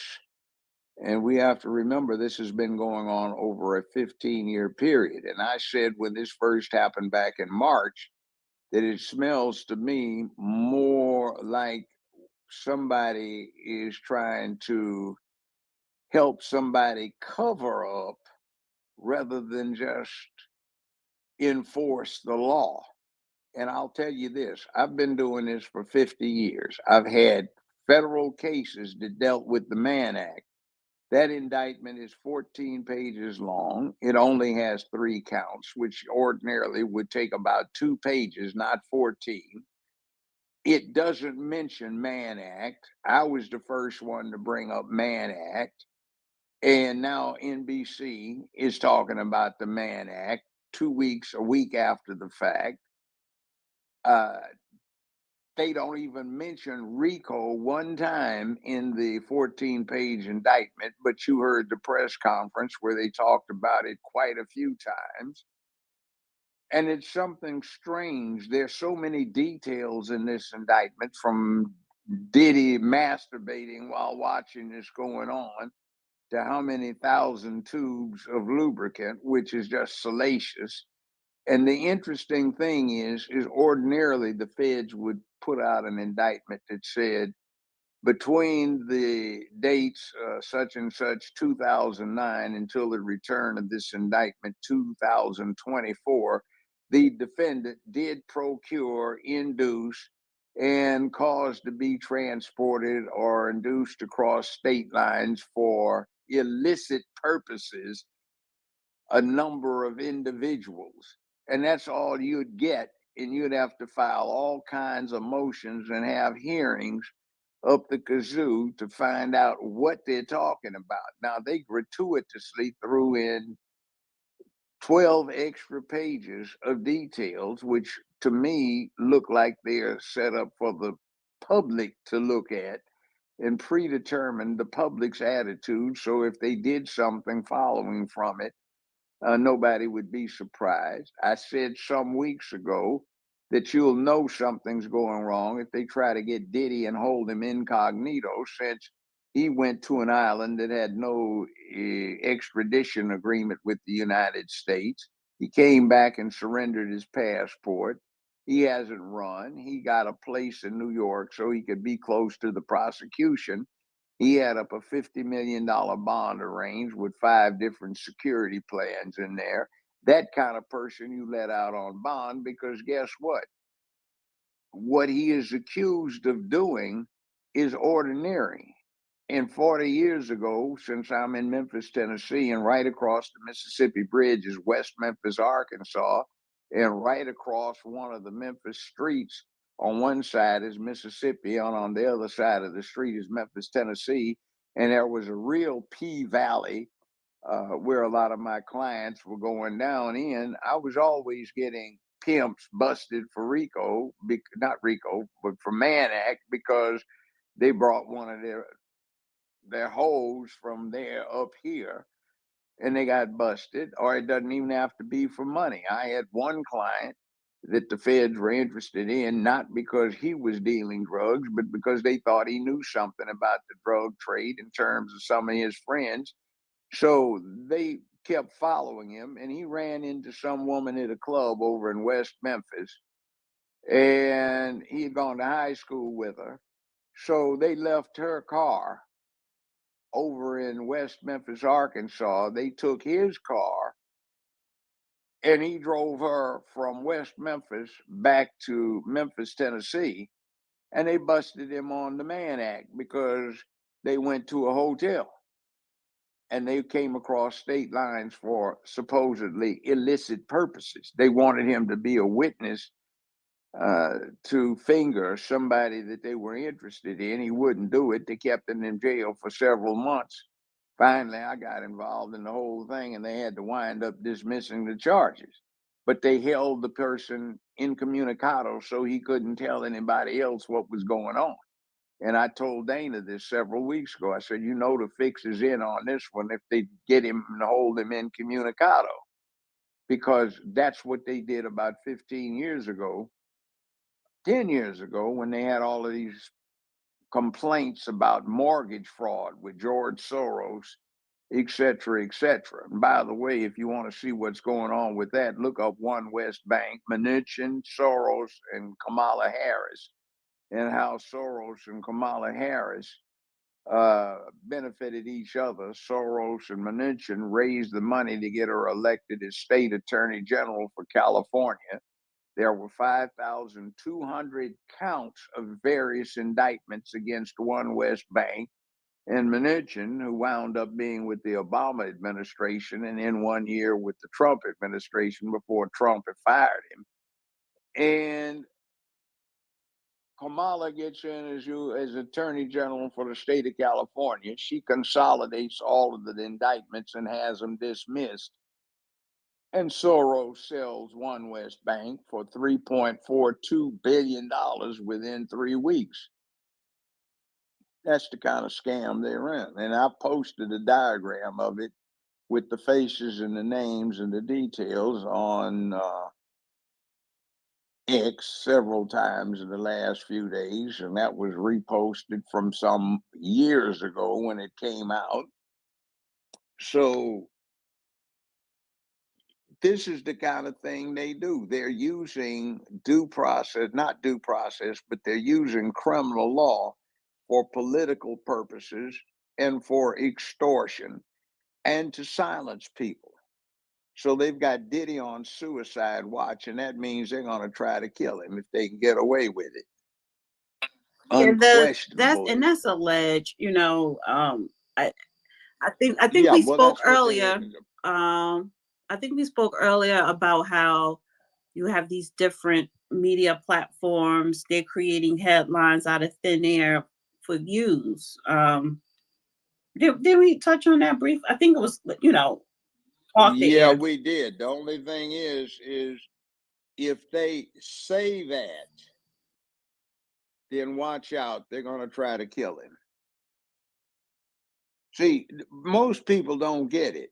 Killing somebody is a big thing on the first go around. But after that first killing, it gets easier for most people. For some people, it gets too damn easy. And I know some billionaires and multi-millionaires. I used to have a place up in Aspen, and when you talk to them, there's always somebody in the family that did the killing. And they always get implicated and they get out of investigations because the case isn't airtight and they can't overcome the alibis and they weren't There's probably no there. body. They And the never found the arrangements. body. Because if you don't have a body, you don't have a case, basically. Oh, yes, no, you don't need a body for a case. Trust me, you Yeah, do but not. can you really get a conviction if it's no body? Well, yeah, you can. It's a California case. We studied it in law school, and it's not a new case. It's a 55 years old. What happened was this. Supposedly, some people conspired to induce this very wealthy man to travel to some unknown country in Europe where they were going to take his money and then they were going to kill him. So the person left California with 2 of the individuals involved. They traveled to some unknown European country. There was nobody ever found. There were no witnesses ever found. And they got sustained verdicts of guilty for first-degree murder. How is that? Well, Now, you how remember about that chick Natalie? She was. Oh, Let me the finish. offense Let me arose finish. in Let me. California. Okay. So, Okay. I mean, Let me talk. So that chick Natalie, that was this is like decades ago. She went missing in Aruba somewhere, and they believe there was this one guy, this white guy. He's actually. yeah, I remember the case. Can I finish? Go ahead. And he's actually in prison right now for another murder. He was never found guilty of her murder. And his father was a judge. And his father was quoted saying, well, if there's no body, don't worry about it. They don't have a case. They can't get you. And they didn't get him. he ended up going to another country and killing another woman, and that other country locked him up. Well, yeah, but that doesn't count since it occurred in Aruba. That's not the United States. I'm well aware of that case.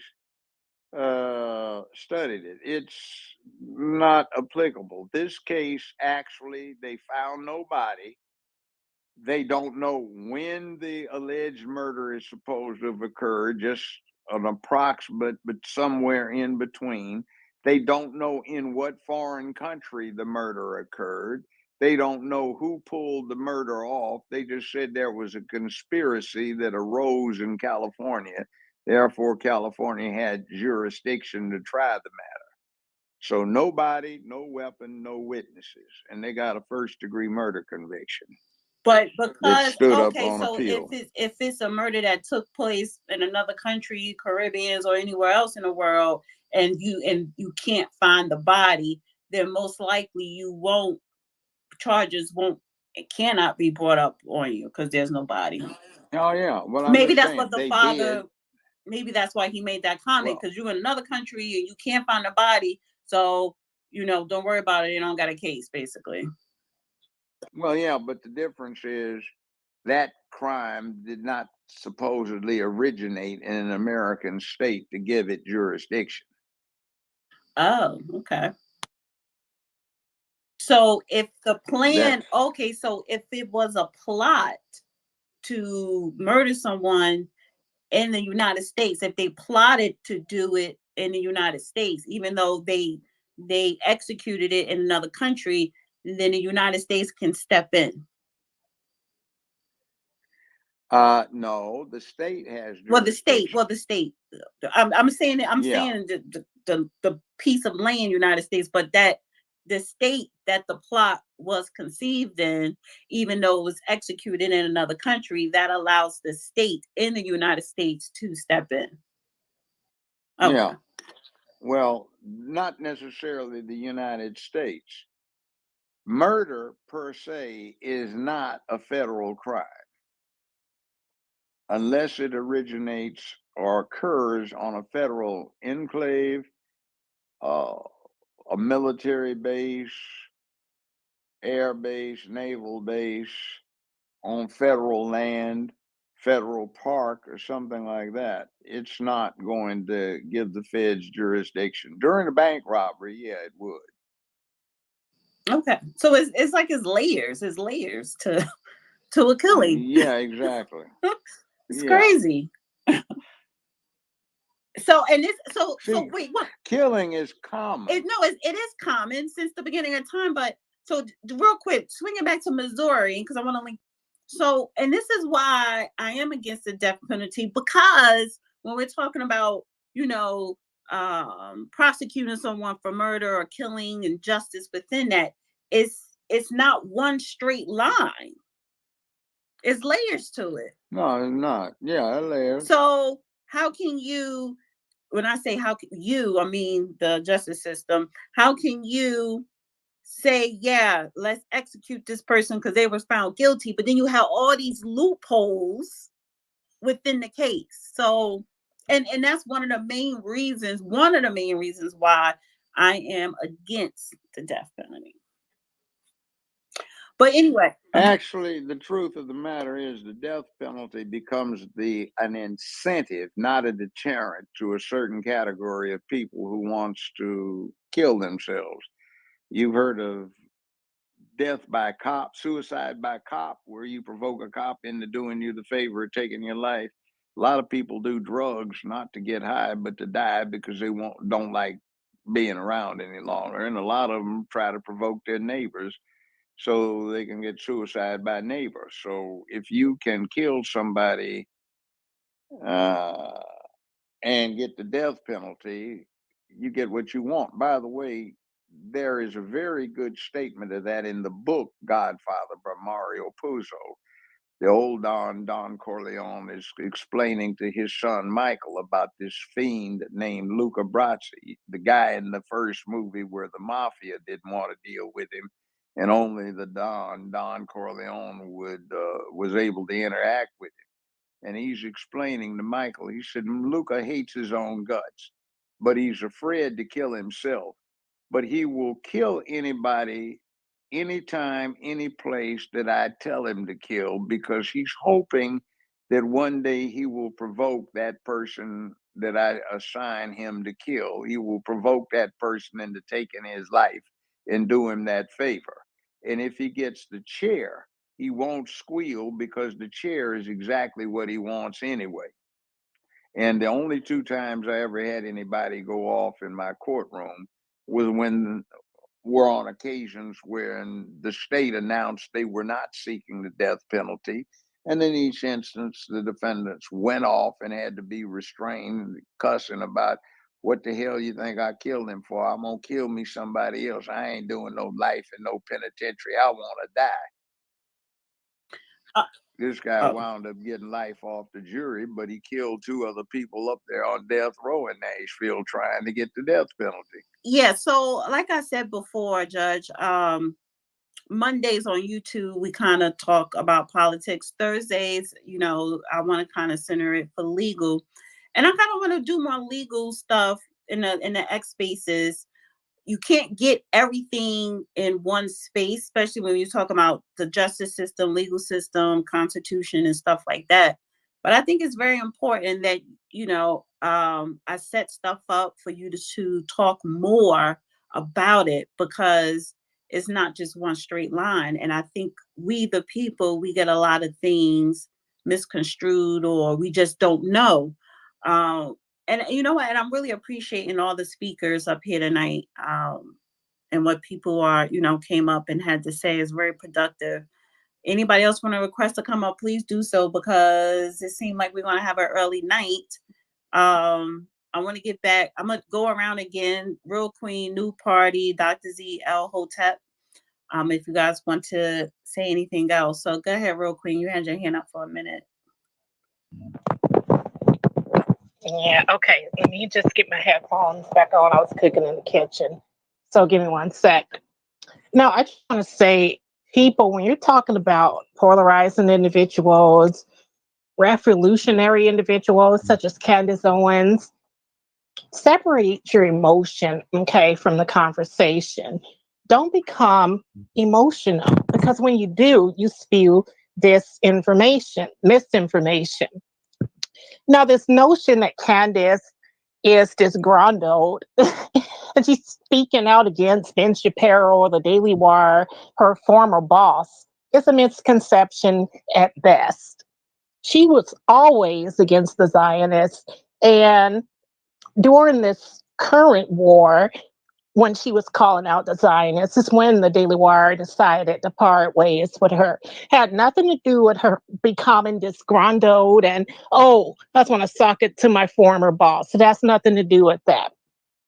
Now, going to Missouri again, really quick, we are in a political election year, folks. So again, steer clear from your emotions and realize that the deep state, realizing they're losing power, their grasp to power is trying to hold on in their death rows. And now they're dishing out all these Black emotional, tear-jerking stories with violin music in the background, like this Marcelus Williams guy, just to get us emotional, rioting, to roll out the red carpet for Ben Crump. You know what I mean? It's bull. Don't do it. Don't fall for it. Too much is on stake or at stake here in this election. We got a country to save, folks. And I'll land my plane there. Well, let me, before I get to, go ahead, New Party. Go ahead. I want to respond to Candace being disgruntled. Was she anti-Zionist before? I don't think she was. What she was against, which a lot of us agree with, is the genocide that was happening in Palestine. And her boss wasn't allowing her to speak out against it. Now she's going down these rabbit holes and she's saying that Jewish people are involved in pedophilia, all this craziness.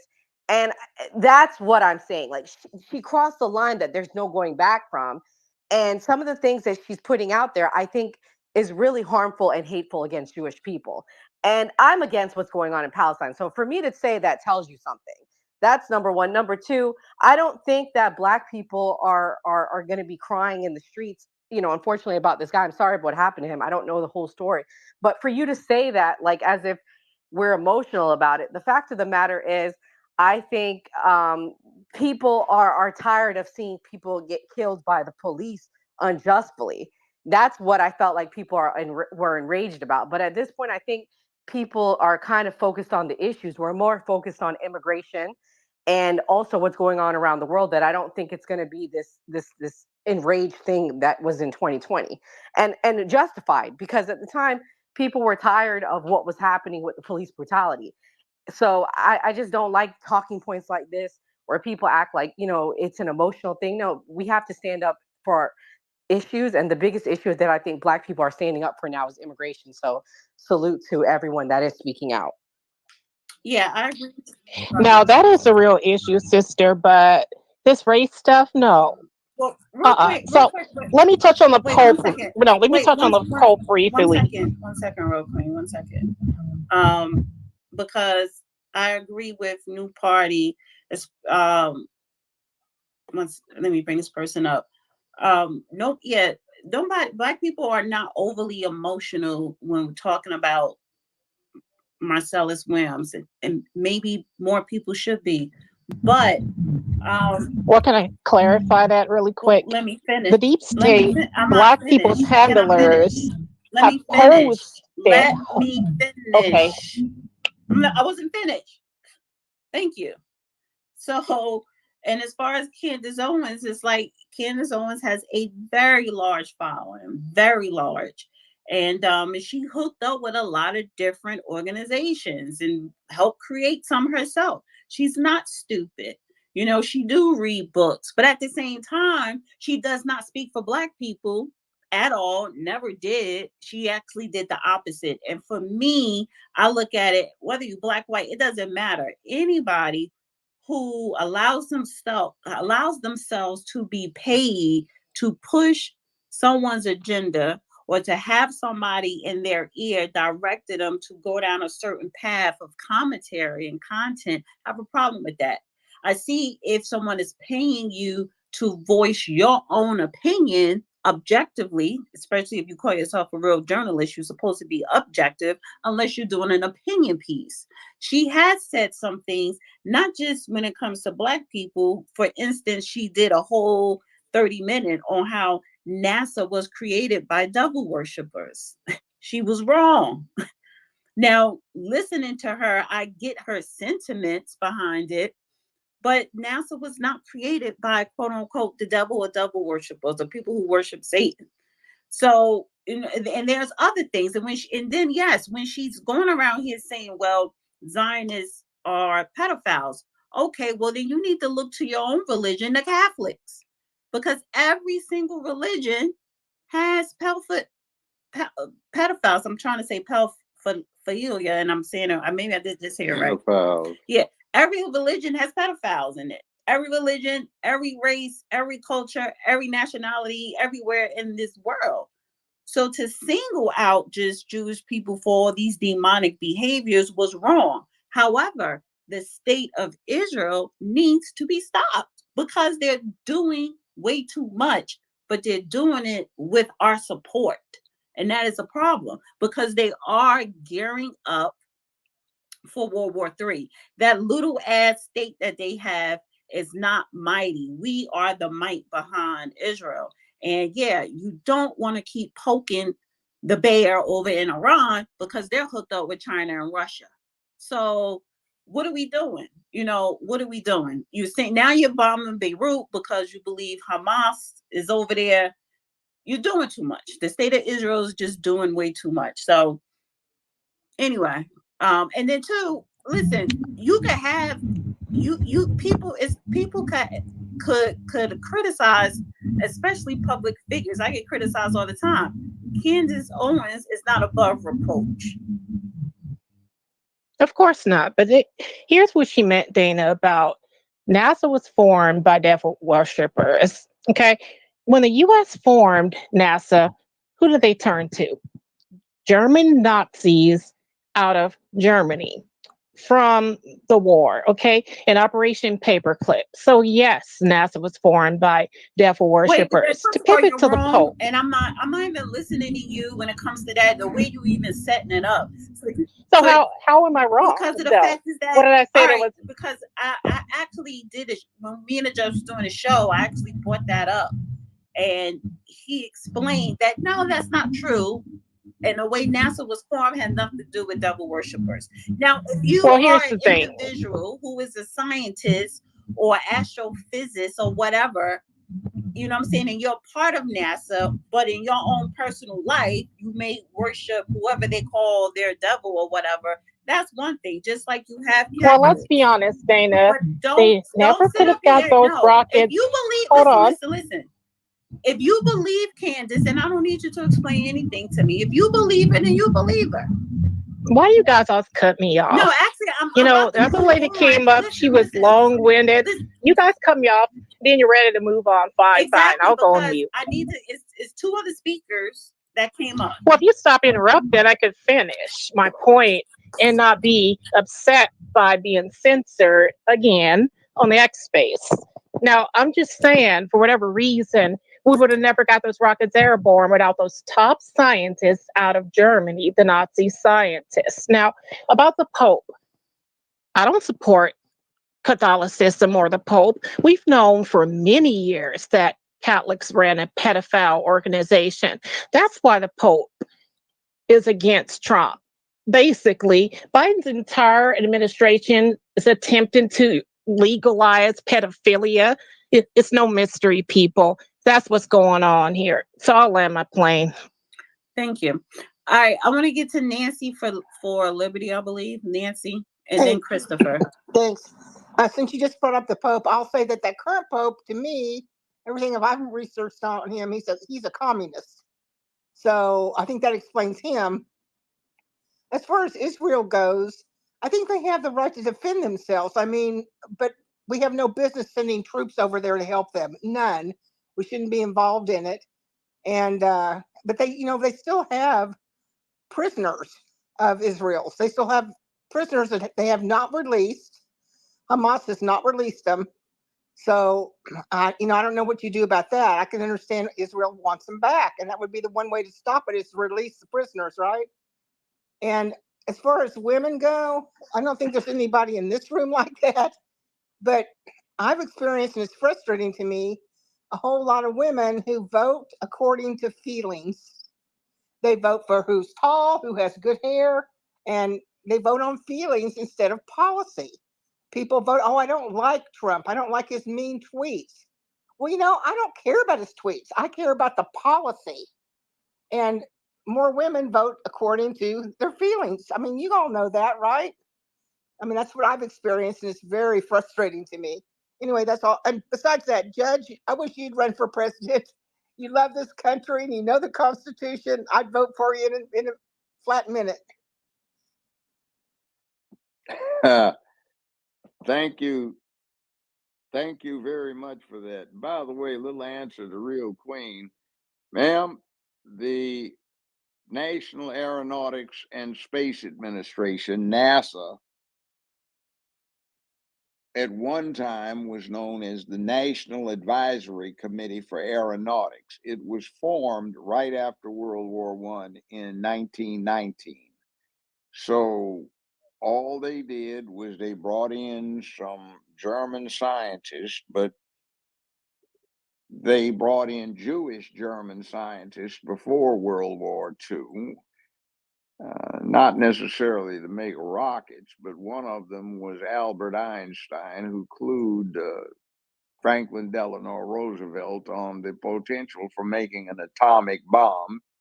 And after Roosevelt looked at Einstein's letter, he set in place what became the Manhattan Project, and we beat the bomb. Now, the latest upgrade that is not publicized is it developed that the Japanese probably knew about the bomb too. Germany knew about the bomb. It was a matter of physics. The Germans made the wrong approach and got into a dead end, fortunately. but the Japanese may have actually detonated the device a couple of weeks before we dropped one on them in Hiroshima. And they knew what the thing was. And there was an interesting professor of Japanese extraction, had been a Japanese scientist in World War II. And interestingly enough, he was employed by the University of Arkansas. And there was a big thing to do with the fact that he brought over most of the equations on how to make an atomic bomb way back when, right after World War II, but nothing got said about it. Nobody wanted that known. So, Judge, It's sir, some stuff going can I ask you a on. question, Judge? Sure. And you Go can ahead. answer in all honesty. Do you actually believe, sir, we went to the moon in I know they 1969? did. I absolutely know it. Oh, how Friend can of you mine, prove that? well, I saw it. A friend of mine and I, we drove down to Florida and we watched a night launch. It was a magnificent thing. The sky, when it's pitch dark, turned as bright as high noon.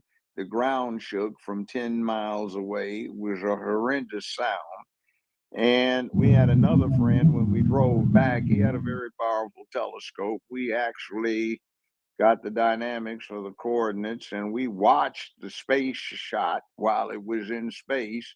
We didn't see it land on the moon, but we certainly saw when the return capsule was launched from the moon lander, and we watched it hook up with the return capsule. So we saw it go in transit. We saw it take off in transit and lifting off of the surface of the moon while we were listening to the thing on a TV.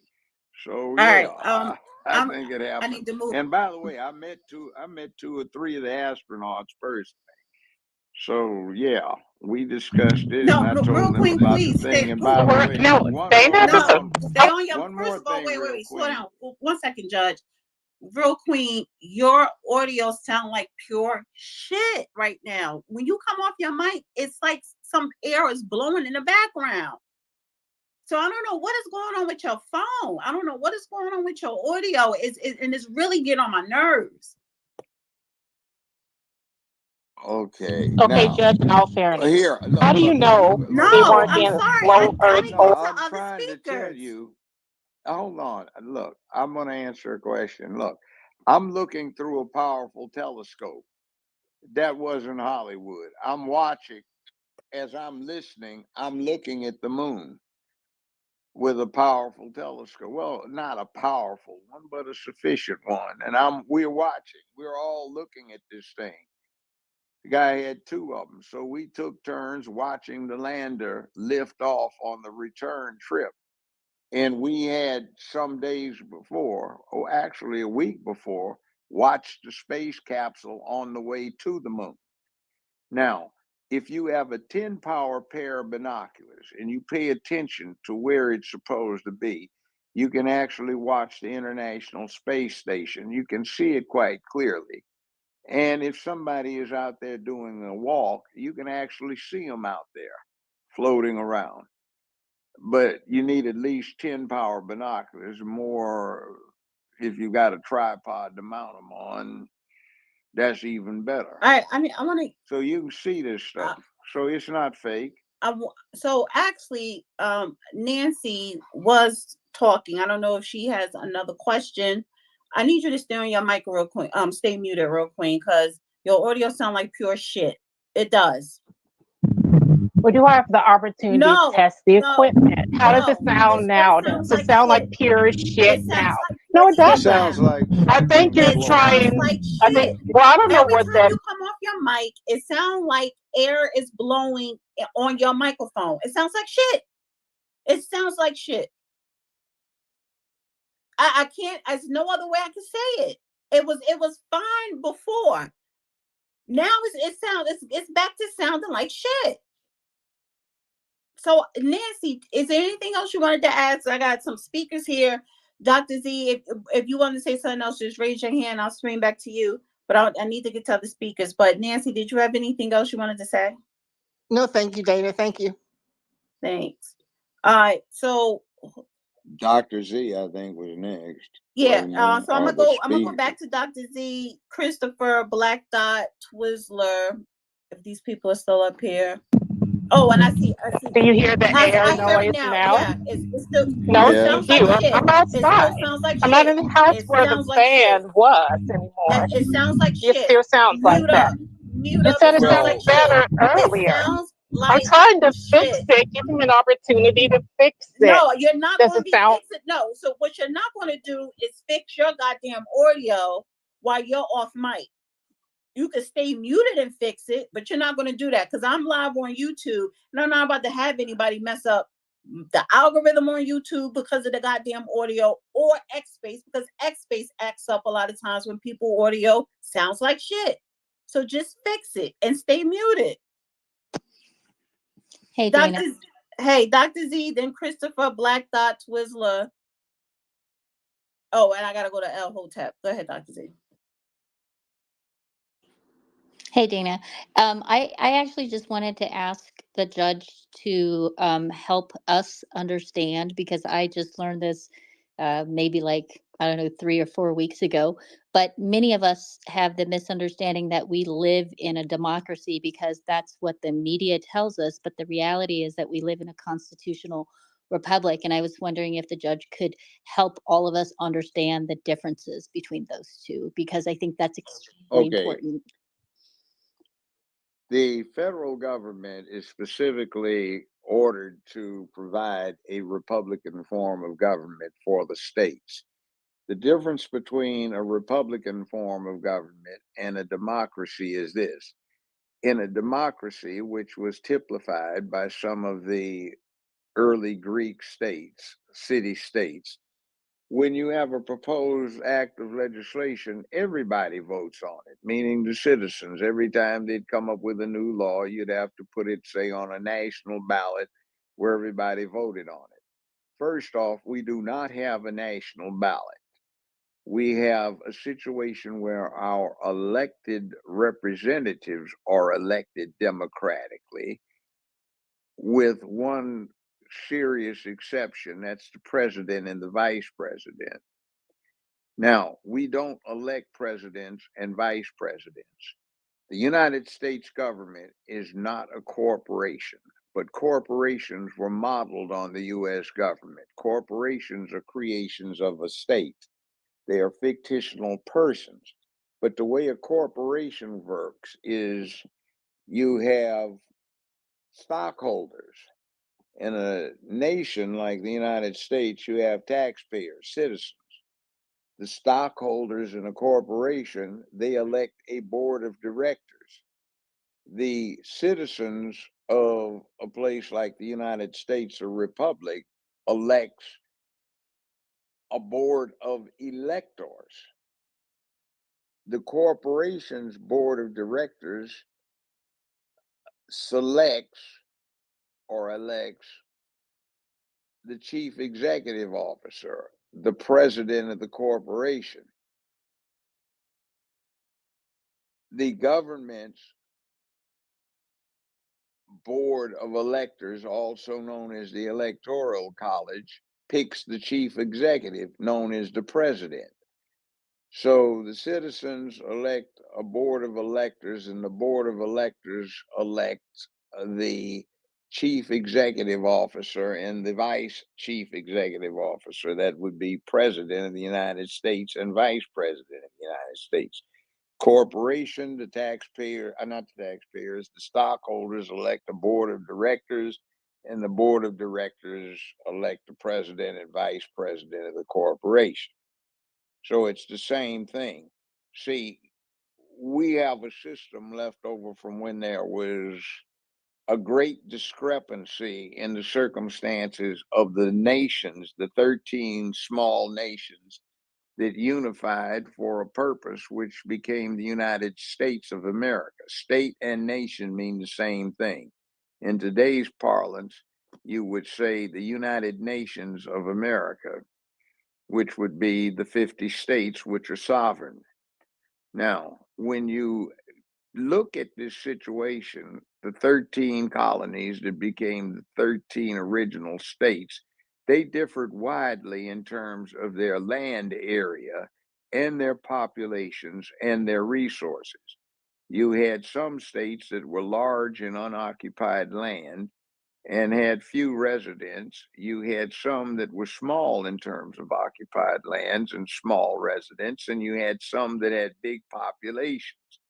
But to keep any of these one small nations, aka states, from being overwhelmed by the other, you had a divided way of government. You had each state, no matter how big, how small, they got 2 senators. All right. And based on population size, you got a varied number of representatives in the House that was determined by population.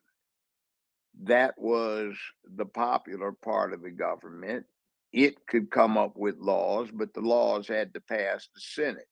You had a filibuster in the Senate, so if something was really unwise, they could talk it to death, which was to cool off hot-headedness that was ill-advised.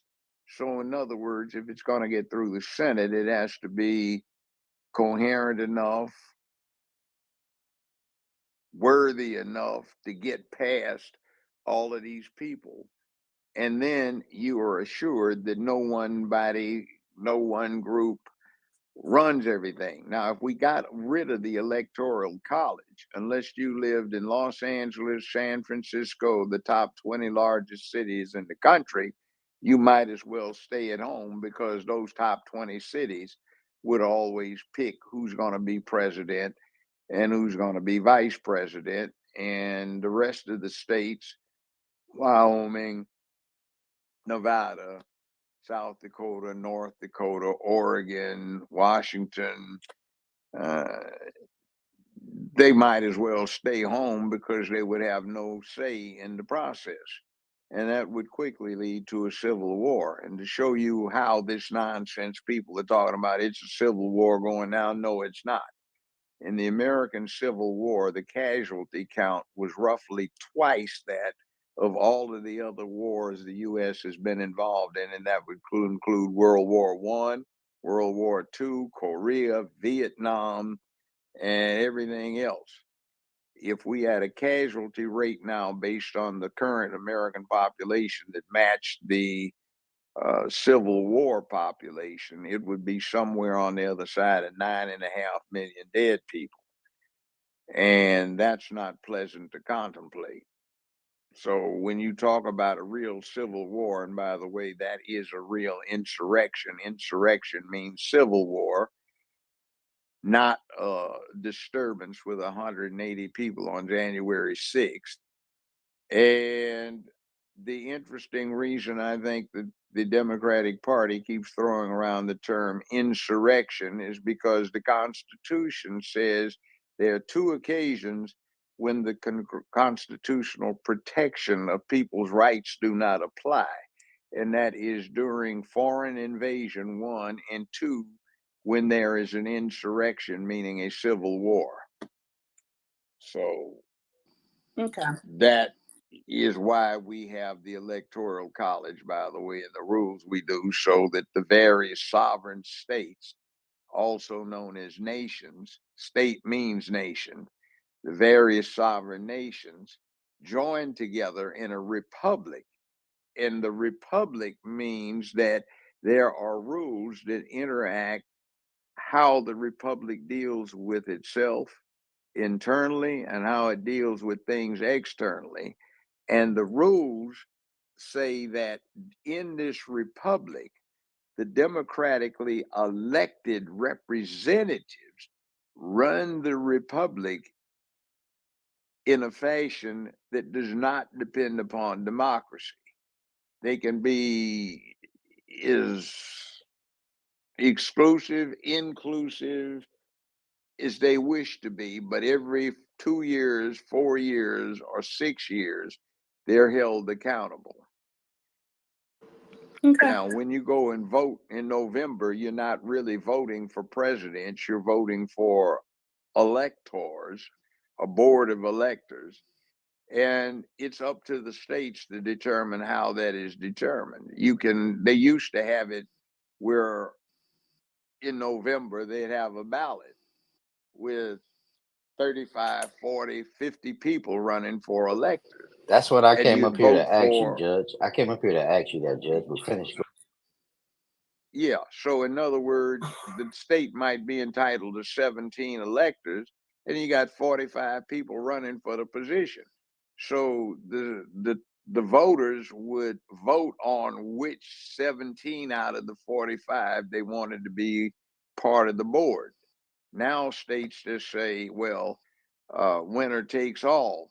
Whoever comes out with more people indicating that they want Trump, or more people wanting Harris, all of the electors go to that person. Some states, not all, but the minority of them, they have it so it's proportioned. In other words, if Trump gets 60% of the support from the taxpayers in that state, then he'll get 60% of the electors and Harris will get 40, or vice versa. So the other thing is, the Supreme Court said, depending upon the rule of the state, the elector can pledge to support one candidate, but doesn't have to vote for that candidate when they get to the vote count that is entered in DC, that the vice president of the United States signs off on. And by the way, there is a thing called the Confidence in Elections Act of 1877 that says specifically, and I think it's a quote I'm giving you, the vice president of the United States shall not certify the proposed electoral college count if there is an appearance of a widespread distrust or loss or lack of confidence in the outcome of the proceeding. He shall instead decline to certify the proposed electoral count, but shall call for the appointment of a 15-man committee, 5 from the House, 5 from the Senate, and 5 from the U.S. Supreme Court. Said 15-man committee shall take a minimum of 10 days to conduct an independent audit of the election process, and shall return its report, or shall take as much extra time as is reasonably necessary to accomplish the ends of this statute. And that, by the way, was the next thing on the agenda that Nancy Pelosi tabled when the 1-6 disturbance went down. So when Trump called on Pence not to certify it, he was only calling on him to follow the 1877 law. That wasn't called for any disagreement. I just thought I'd throw that in. So this is how it's gonna go. Christopher, Black Dot, Twizzler, and then I'm gonna end it with Nancy had a hand up. I'll go to Nancy, and then I'll end it with El Hotep, and then we're just gonna close out. So go ahead, Christopher.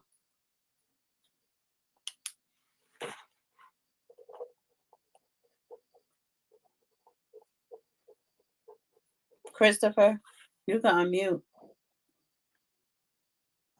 Oh, there we go. Can you hear me now? No. I hear you. I hear you. No, you sound very low. And it's an echo. So can you get off speaker? I'll just go. Thank you. Well, come back. No, because why do I hear myself when I'm talking? Well, you just sound normal to me. Well, no. And this is the thing. I don't know, Judge, if somebody is speaking, maybe you needed to mute, but if you please do not come up if you can prevent, if you have a earplug, just plug it in. Either way, when you come off your mic, and if I hear that your audio is a little off, I'm gonna ask you to adjust it. Don't take offense to it. Just adjust it. So whatever you were doing, if it was a Bluetooth, just get off the Bluetooth, because those things are horrible. Black Dot.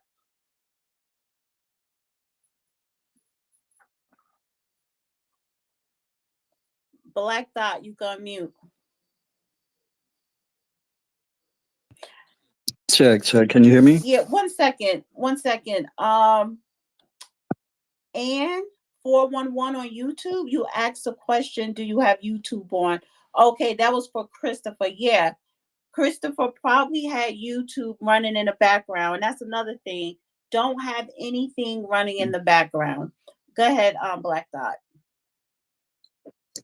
Thank you, Dana. I just want to say, first of all, you guys I love everything that you're doing. I've been pretty much from day one, but this is literally my first time ever interfacing with everything you guys are doing, and I love it. Let me say that first.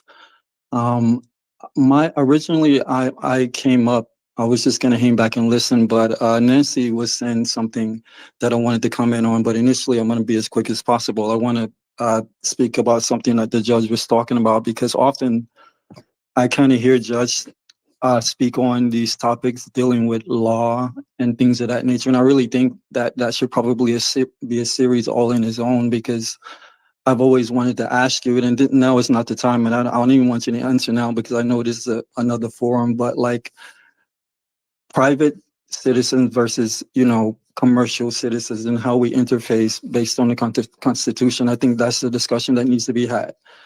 Also, based on that, when you talk about the Republic, that just makes me think of my time that I spent in Australia. I just got back over here about a year or so ago. I was over there for 17 years, and I spoke with, a lot of Aboriginal elders. And one thing that always stuck with me that was said was they have this concept of lateral governance, which basically means, they're very tribal, and they sit in a circle, the elders sit in a circle, and they kind of deliberate over, the affairs of the community, of the country, as they call it. And I think that whatever this democracy is, this is not what we need. Whatever it is, no matter what side of politics that you're on. So I would definitely say that, in the future, I would love to hear more conversation about law and what our options are, as private citizens, if we are to interface with that. So let me continue. Regarding this Israel situation, I think Nancy made a comment that, Israel has a right to defend itself. And I can't tell you the amount of times that I've heard that particular comment. People say that Israel have a right to defend itself. To me, that makes absolutely no sense, and no disrespect to Nancy or anybody else. But the Palestinians have never been the aggressor in this entire situation since, 1934. They've had this situation thrusted upon them, and I think people really need to understand that. And as far as this aggression situation, how can Palestinians be the aggression when they have no army? They basically have no government. They have no means to defend themselves except for mortar rockets and, guerrilla warfare tactics. So when we say that Israel has the right to defend themselves, I agree. But where's the aggression? Where's the threat? This is the question that we really need to ask if we're really being fair. And I think if you meaning anybody who has any opinion on the subject, go back to the source. Don't take whatever the mainstream or the underground media is saying. You need to go back to the source to really understand the dynamics of this situation. Because what is going on over there is complete travesty, and it's really no different than what's going on over here. So the politics of the day, they never add up to what we need as a country in order to unify, and as a world in order to move forward beyond all of this craziness. And one last thing that I will say, and I'm not quite sure if this was even brought up today because I didn't come in the very beginning, but the video that Judge and Dana made talking about Puffy and a couple of other things, and I think Kamala was part of that conversation, I just wanted to put something on the record just to give a bit more clarity with regards to Kamala's background. So she is a South Indian Tamil Brahmin. So what that means is, like, she sits at like the second rung on the ladder as far as their caste system. But the origins of Tamils, they're South Indian, and they are an original mix of Ethiopians and Moroccans. So with regards to this Aryan story, some people say that they were invaded from the north by the Aryans, but that's disputed by, a lot of Indian scholars or whatever. With regards to Kamala, I think what is important is that, excuse me, whether clearly she has melanin in her, so it doesn't bother, I'm not interested in whether or not she is black or African American or whatever. Same with Obama, and Jesse Jackson and whoever else that they put in front of us over the years that present as our leaders because they have melanin in their tone. What I am saying is that when you look at her policies, nothing she's done has been for these black people in America, but we can, name a litany of policies that has put on record or spoken about between her time in California and what she's done since she's been vice president. And we can clearly see that if we're being honest, and this is not a popularity contest, it's not based on skin color, then we have to understand from my perspective, honestly, and again, I just got back over here, so I won't be voting, but I would vote for Jill Stein purely because she would represent my interests more than either Trump or Kamala, if I'm being honest. But just with regards to Kamala, people are so caught up in this black, whatever, is she black? Isn't she black? Whatever. That shit is so irrelevant to her policies. So I think if we stick to what her policies are as a black person, I'm interested in what she is talking about for my people and what she's already done for my people, like individually, but as a whole, I'm looking at what her policies are and what she's represented as a Democrat neocon. And I'll leave it there. And once again, thank you, Judge and Dana. You guys are doing a great job. Appreciate you. Are you Palestinian or Muslim? That's a question. I'm American. No, I mean, well, lineage wise, it was just a question. Oh yeah, no, I'm Black American. Oh, you are? I wouldn't call myself. Yeah, I was born here in all my generations. Yeah. Okay. By the way, let me ask you a quick question. Did you ever get into the outback when you were in Australia? Check out the Aboriginals. Yes, I did. Okay. You notice the melanin that was freely splashed around? Well, what I will tell you, and thank you, Judge, because I actually have one more thing to say on the point of the Aboriginals, and this is actually a cautionary tale. But to answer your question, Judge, I actually noticed the opposite of that. But let me say what I was going to say originally. Right now in Australia, the population is roughly 26 million people. That's the population of New York City. Of that 26 million people, there's only 800,000 Aboriginals left on that soil as we speak. And of that 800,000 Aboriginals, what we would call Caucasian, there's probably like a quarter of those Aboriginals of the 800,000. If as an American, I don't care what color you are, if you looked at them, they would appear to be Caucasian. So what I'm saying is I've seen black Aboriginals, but they're older, like in their 70s and 80s, and they really don't exist anymore. So my point is that what I saw when I went over there, I thought I was, looking at people that were like, my distant cousins, and I was feeling sorry for their plight. But then I realized, hold on a second, this is just like a blueprint of what they've done to us in America. Because I'm not one of these people, and again, this is another conversation, but I'm not one of these people just based on purely my research, not what I believe. From all my evidence, very few people came from Africa as far as on the slave trade, and most of us are already here. And what they've done is legislate us out of our identity. And I see the same thing that's happened in Australia.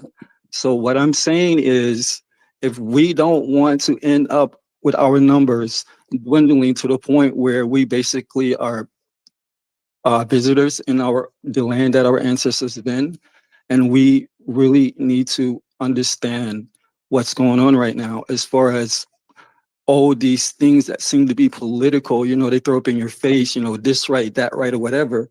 Only thing you need to understand and you need to question is this promoting unity? Is it promoting life? Is it promoting oneness? And is it promoting togetherness? If these policies that we argue about are not promoting these things, then not only Black people, but everybody is gone. And I think that was Nancy who spoke on that earlier. And, she was just, essentially saying the same thing that, we don't really have a lot of time to get caught up in these politics. We need activists and we need activism, because whatever side of politics that we're on, based on what the judge said, he basically told you that this United States and all these other countries are corporations. They're just like a franchise. And, we have a president, and basically we are basically fodder for them to use in order to destroy the rest of the planet. A correction, young man. I did not say these governments are like corporations or corporations. I said corporations in this country are modeled on the U.S. government. When the U.S. government came into being in 1789, when the Constitution was ratified, that's 235 years ago, there were no corporate entities. There were things known as limited liability companies that had been granted that patent by the action of the British monarchy. So the U.S. came up with the idea of states creating fictional entities that are what they call inchoate persons. In other words, they're not real, but the way the 14th and 15th Amendments eventually got interpreted in the 1870s by the appellate courts, including the U.S. Supreme Court, they were declared to be fictional people entitled to all of the rights and privileges that any person, real or fictional, would be entitled to. So I would state, is my position on the matter, that governments are not corporations, but corporations may mimic governments. All right. I need to get to Christopher. He came back. Let's is Christopher still up here? I saw him up here. I don't know. He dropped down. All right. Let me get to Nancy, then L Hotep, and then that'll be it for the night. Okay. Since you mentioned it about Israel, I'm going to say something about that. I don't think Israel gets a buy on everything they do. Not at all. What I was talking about is they were attacked on October 7th. Hamas attacked them, and it was pretty bad what they did. I mean, they beheaded people, raped little babies, and captured a bunch of people and took them over to Gaza. So, a bunch of them, they have shown up dead, but there's still some that are unaccounted for that they have, and they have not let them go. They're hiding them like under schools and things like that. So that's what I'm talking about, is nothing's going to stop until they release those. I think you're missing this attack on October 7th, and Hamas did it, and it was planned, and it was very nasty. I don't think that our government should get involved in it at all, and we certainly shouldn't be sending troops. So that's that. The other thing is, I wanted to ask the judge here in a minute. I got two more things to say about dual citizenship, because when I was a kid, I don't think that was allowed if you were in government to have dual citizenship, and it seems like we have a lot of it now, and I'm confused of when did that start? And then also, I've heard that the Smith-Mundt Act, the modernized version of that, was what is allowing the media to get a buy on lying to us. I mean, flat out lying over and over and over and over and over. So what is allowing them to do that? And that's what I wanted to ask you, Judge. There's nothing that would prevent them from doing it. There's no law that says you can't lie unless you're testifying under oath, and there is a proceedings, the outcome of which is determinative of the accuracy or let's put it this way, the honesty of your testimony. So there's no law against lying in public unless it's during a judicial or legislative procedure under oath. All right. El Hotep. If that's what you're seeking an Yeah, I thought there was some. explanation, it is I what thought it. there was something that says they were supposed to do blah blah blah since they were the news. I guess I'm wrong. No, it's a matter of integrity. Okay. It's like people have good character, but that seems to be something passe these days. Remember the mantra, no guilt, no Oh yeah, I shame? remember the handshake thing. As your word is your bond too. Um. Yeah, see, that went out the Okay. wayside. There was a matter of integrity. What about dual citizenship? People having dual citizenship in our government. That didn't used to be there, did it? It's kind of strange. It only applies when you're running for president.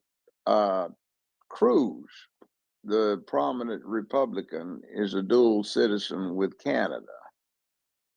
Technically, the way I read the Constitution, he's a citizen. It's okay for him to be U.S. Senator, but he's not qualified by birth to be a president of the United States, even though he ran for that because he was born in Canada. Parents were American, but the idea was if you read the Federalist Papers, which were the whole bunch of them, they were circulated as pamphlets, treatises, and books trying to get people to support the idea of ratifying the Constitution and then the Bill of Rights. Bill of Rights was not ratified at the same time as the Constitution. The latter was ratified in 1789, and the Bill of Rights was 1791. All right. So, I'm gonna get to El Hotep and close out. Go ahead, El Hotep. Hey, Dana. I got two questions. One for you, Judge, and one for Dana. Dana, have you ever considered doing radio, like talk radio or something like that? Because I think you got the voice for it. So I think that would probably be a cool career path for you. Judge, my question for Wait, let you is me answer that considering. so that the judge. So when you answer the judge question, and Okay, we'll, all right. I just want to get that out the way. So no, I don't want to do radio because that's me taking a check from corporate, and I don't really like corporate. I don't mind corporate, quote unquote, want to sponsor me if I believe in their product, but being a content creator on YouTube, which is like being an independent digital, whether it's journalist or podcaster or whatever, is more lucrative at times. It can be, or just more, you get more freedom. And if you build it up, you get more views and eyes on you. So it's essentially kind of better than radio. It is better than radio. So I appreciate that. But I do have people from radio that I always look up to, where you have the lady who is Howard Stern co-host, Robin. And then, because I'm from the tri-state area, so Ann Tripp, she was on Hot 97. She did the news and the traffic. And Wendy Williams when she was on the radio. So yeah, but I kind of like would take little pieces from them to implement what I do podcasting. And I still got some growing to do. But thank you for the question. That was a good question. I appreciate that. But I prefer to do No podcasting than radio. Just to answer your question. Go ahead. Okay. Judge, considering RFK Jr.'s issue with his name being on the ballot and Cornel West, what do you think should be or could be done with the FEC? Who should, I guess, kind of regulate the FEC, or how would that be done? What are your thoughts on that? Just because everyone seems to feel that, RFK Jr. should have never been done the way he was. So I just want to get your legal thoughts on that. Who could and who should regulate that? Okay, the Constitution of the United States of America has the greatest influence on the outcome of that. The FCC is merely a statutory creation of Congress, which is one of the branches of government. it does not supersede the Constitution. And if there is any conflict, the Constitution trumps the legislation. So it is what it is. Now, that is kind of not answering what you want answered, but the bottom line is that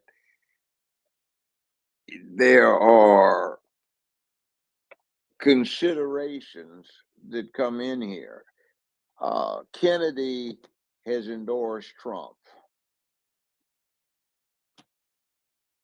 There are the rules that existed prior to this election cycle. And under the rules of certain states, after a certain time has passed, you can't take the name off of the ballot. So it'll just have to be there. Now, that's likely to, if he's supporting Trump, the fact that he's still on some of these ballots is going to be partially defeating of his purposes. Can I interject Because something what for he that was point trying- right there? Because he did say he's taking his name off the ballot on the battle states. So this, Yeah, but he can't in certain of them. They won't. They'll be on. His name will be on there. There's nothing he can do about it. well, what if he did So- not miss the deadline for that? Because he said that a month ago. Well, I know, but these states, that's what the gentleman here is talking about. These states are saying they're not removing his name from the ballot. The problem is that it's pretty much left up to the states at this point in time as to how they run that. So they're saying we have a deadline. The deadline's not complied with. Therefore, his name will be on the ballot, whether he wants it off or not. He can't do anything about it. So that diffuses the vote that would go for Trump instead of Harris. Wait, and but it I'm sorry. I endangers the just want to process. interject real quick. I would think it will harm Kamala Harris than it would Trump. Not if people still vote for Kennedy.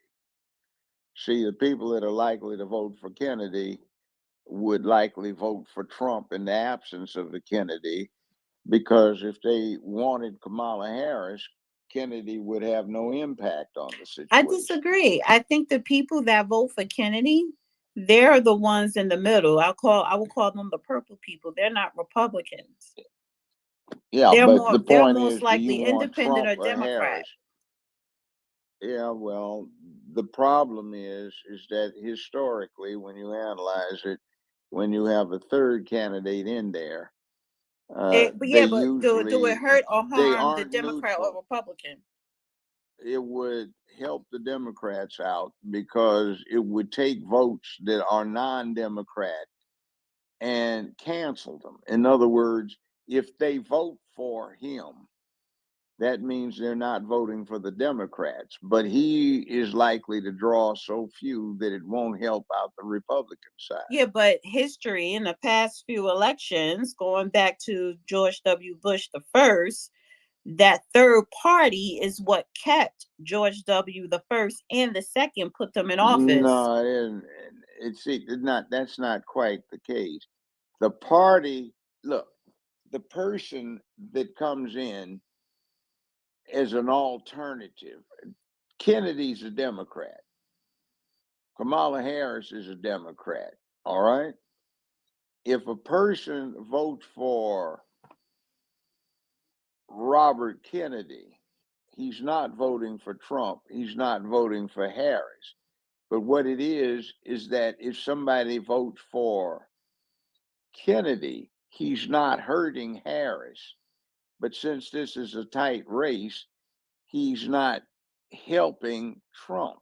But he's not helping Harris that either, state. because like you said, I it is know, a but tight you race. see, it doesn't Honestly, hurt I her. think this But that's discussion, what killed off Gore. this discussion is That's a what matter of killed off opinion. Gore. I honestly think that, first of all, the third party, Kennedy, third party, it is can be an issue, but it's a toying cost as who would be an issue for the Republican or the Democrat. Because like I said, there have been cases, 2 particular elections, that third party help the Republicans as opposed to the Democrats. So it just depends. It's a coin toss.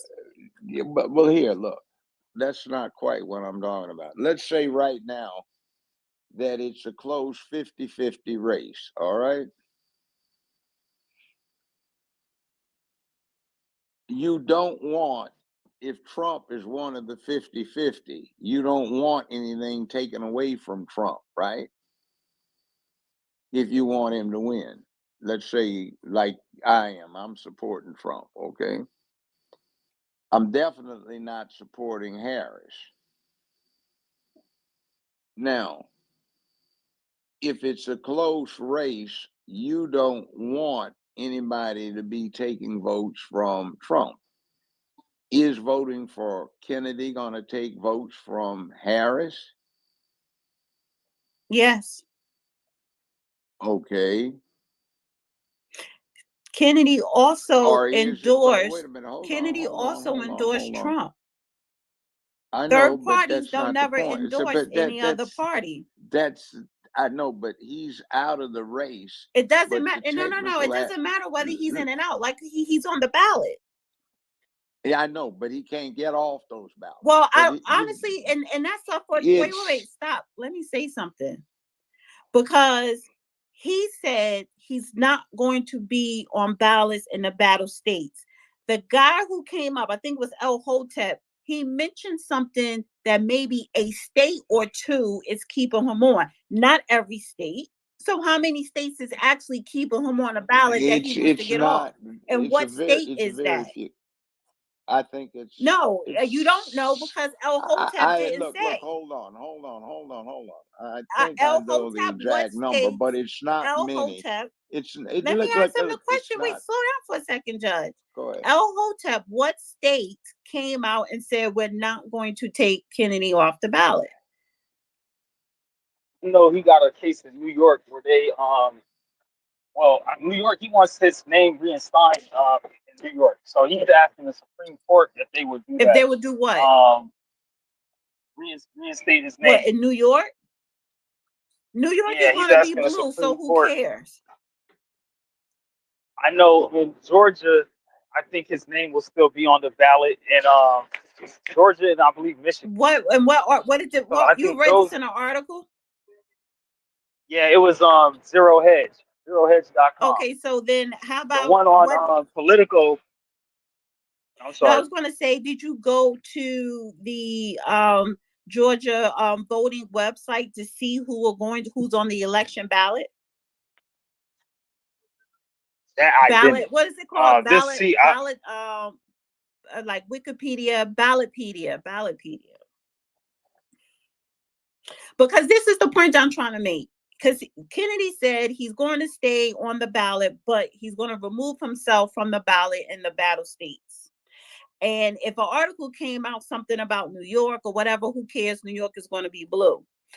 My concern is what red states or what battle states are saying that we're going to keep him on. See, that's the thing. If it's one state, you know what I'm saying? That's one thing. If it's 3 of the battle states, then we may have the issue. So what exactly did that article read? And again, we're talking about a news outlet article where journalists today are not real journalists and they're just writing opinion pieces. So before me and the judge go down this rabbit hole about third party, we're just going down a rabbit hole for nothing, for something that's not existent. So I was just going to say, it is a problem. I was just going to say that is a problem. There's 3 states that are considered battleground where he's still on the ballot, which is Wisconsin and Michigan. And if you consider Minnesota battleground, if we don't, then not Minnesota. But that's what I could see from the most recent map. For sure, Wisconsin and Minnesota. Yeah, and that's Michigan. about right. That's about right. Okay. The problem is if we go back, look at Ralph Nader, et cetera, and you get the third party candidates, what goes on is this. All right. Kennedy is closer to Harris. All right. the people that are not repulsed by Harris will not vote for Kennedy.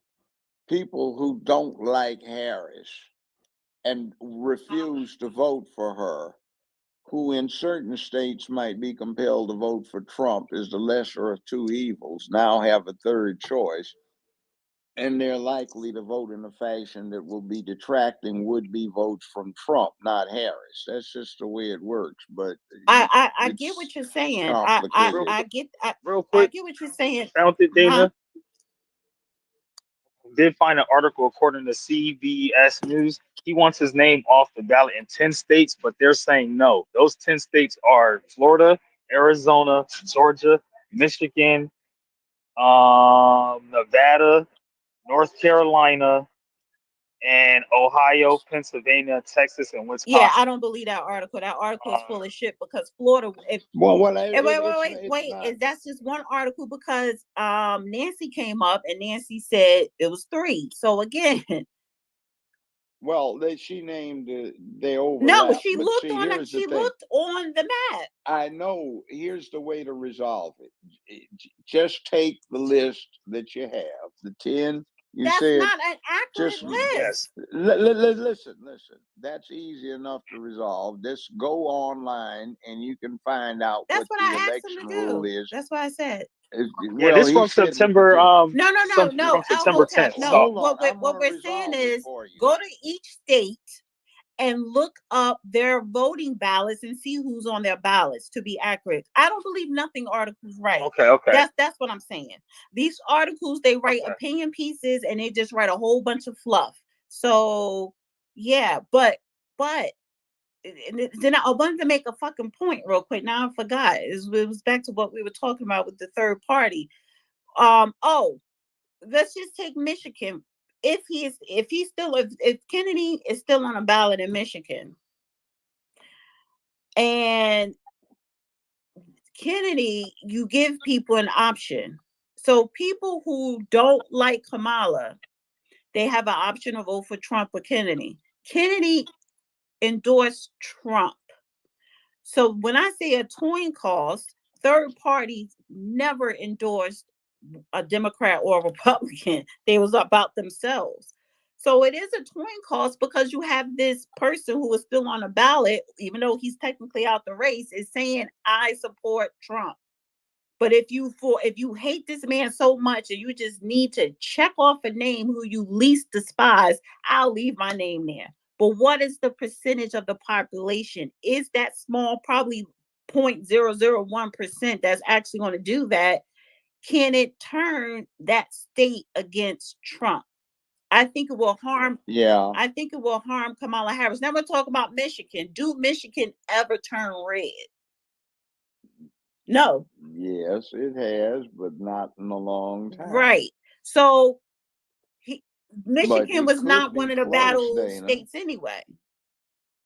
It could be very close, and the problem is when you have 3 people in there, you split the thing up. It usually is more realistic in terms of somebody challenging somebody and getting over. Which means you're splitting if up there are only 2 candidates.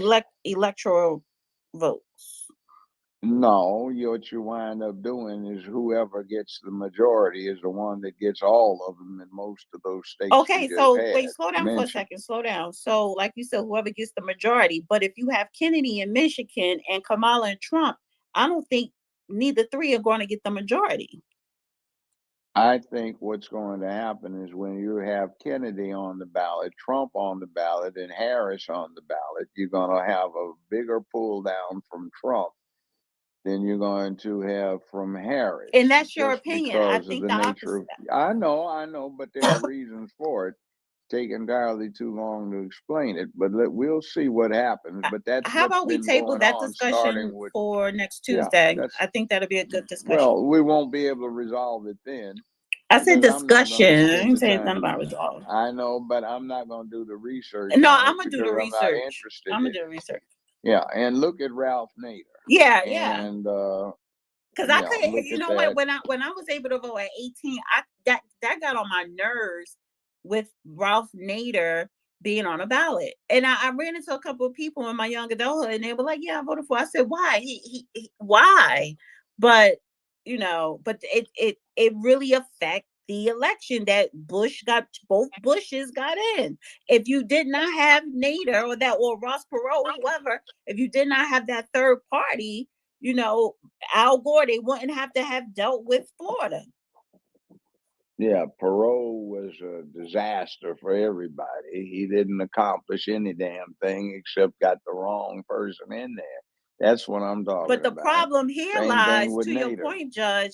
Yeah, Kennedy is a problem because Kennedy is likable more so than Nader and Ross Perot, right? However, he came out and literally supporting Trump and endorsed him and campaigning. That makes a difference. Yeah, but listen to some of the people that post on X and you'll see what the problem is. I was Well, just going to say, Dana, that I was going to fact check you guys. So Trump did flip Michigan red in 2016. Just FYI. okay, thank you. Mhm. Can I So say one real quick thing, it's a Yeah. please? possibility. Can I say one quick thing about this? I spent a lot of time in the unity groups with the RFK people, and there are a number of them that they would vote for Trump, I think, if because RFK told them to. But there's a lot of people that aren't in those rooms, right? And they're RFK people. I mean, RFK people all the way. If they see RFK on the ballot, some of them are going to vote for him, even though RFK has said vote for Trump because they love RFK. They don't really love Trump. And they're just going to vote for him. So Trump would lose those votes. I mean, after spending a lot of time with them, But no. But Kamala is going to lose those She's She's going to lose those votes as well. Yeah, she wouldn't get them anyway. She wouldn't get them anyway. See, that's what Right. we're So talking about. so wait. She Let would me look. Even if this she is look, real quick. This is what I'm saying. She wasn't going to get them anyway. But there are people who it's okay. Let's just go with Michigan, especially in Detroit, where you have the black people, whatever. Again, now you have to rely on black men because they're not going to vote for Kennedy. They're going to vote for Trump. Is there enough of other people leaving that Democrat plantation and just going to walk over Kennedy onto Trump? That's what Trump is going to have to rely on. well, yeah, but that's not quite what we're talking about. It is Take what we're 100 talking voters. about. No, it isn't. Look. You got 100. Let me break it down this way. You got 100 voters. All right. You got Cum Queen on one side and Donald Trump on the other. If it's just the two of them, you have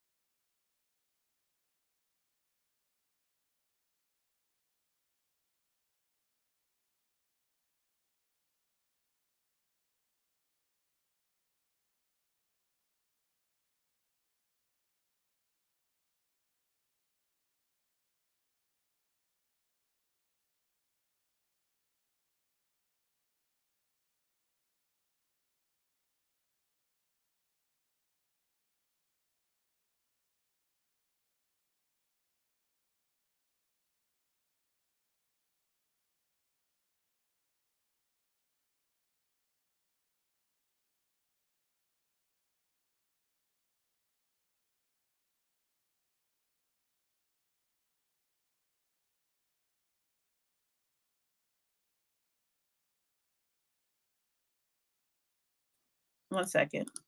I done messed up something on YouTube.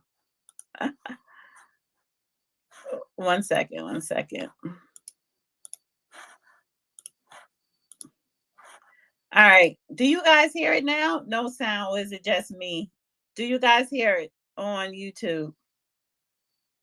Sorry. You hear it now? Thank you. Sorry about that. I was clicking back and forth and then the sound goes out sometimes. Sorry. I was saying thank you to the moderators and thank you to everybody on YouTube, people listening, commenting, and donated. So thank you guys on YouTube and thank you everybody on X. That's what I was saying. Sorry about that, snafu. So Judge, your closing remarks. Close us out. Well, just, think about stuff. It'll be all right. Well, damn. And yeah, we'll see what happens. Get pissed, real pissed. All right. They're trying to take it all away and destroy the republic. And by the way, one last little remark on that. The true definition of a democracy is mob rule. A republic has rules. All right. Everybody enjoy your week. Good night. See you next week, Tuesday.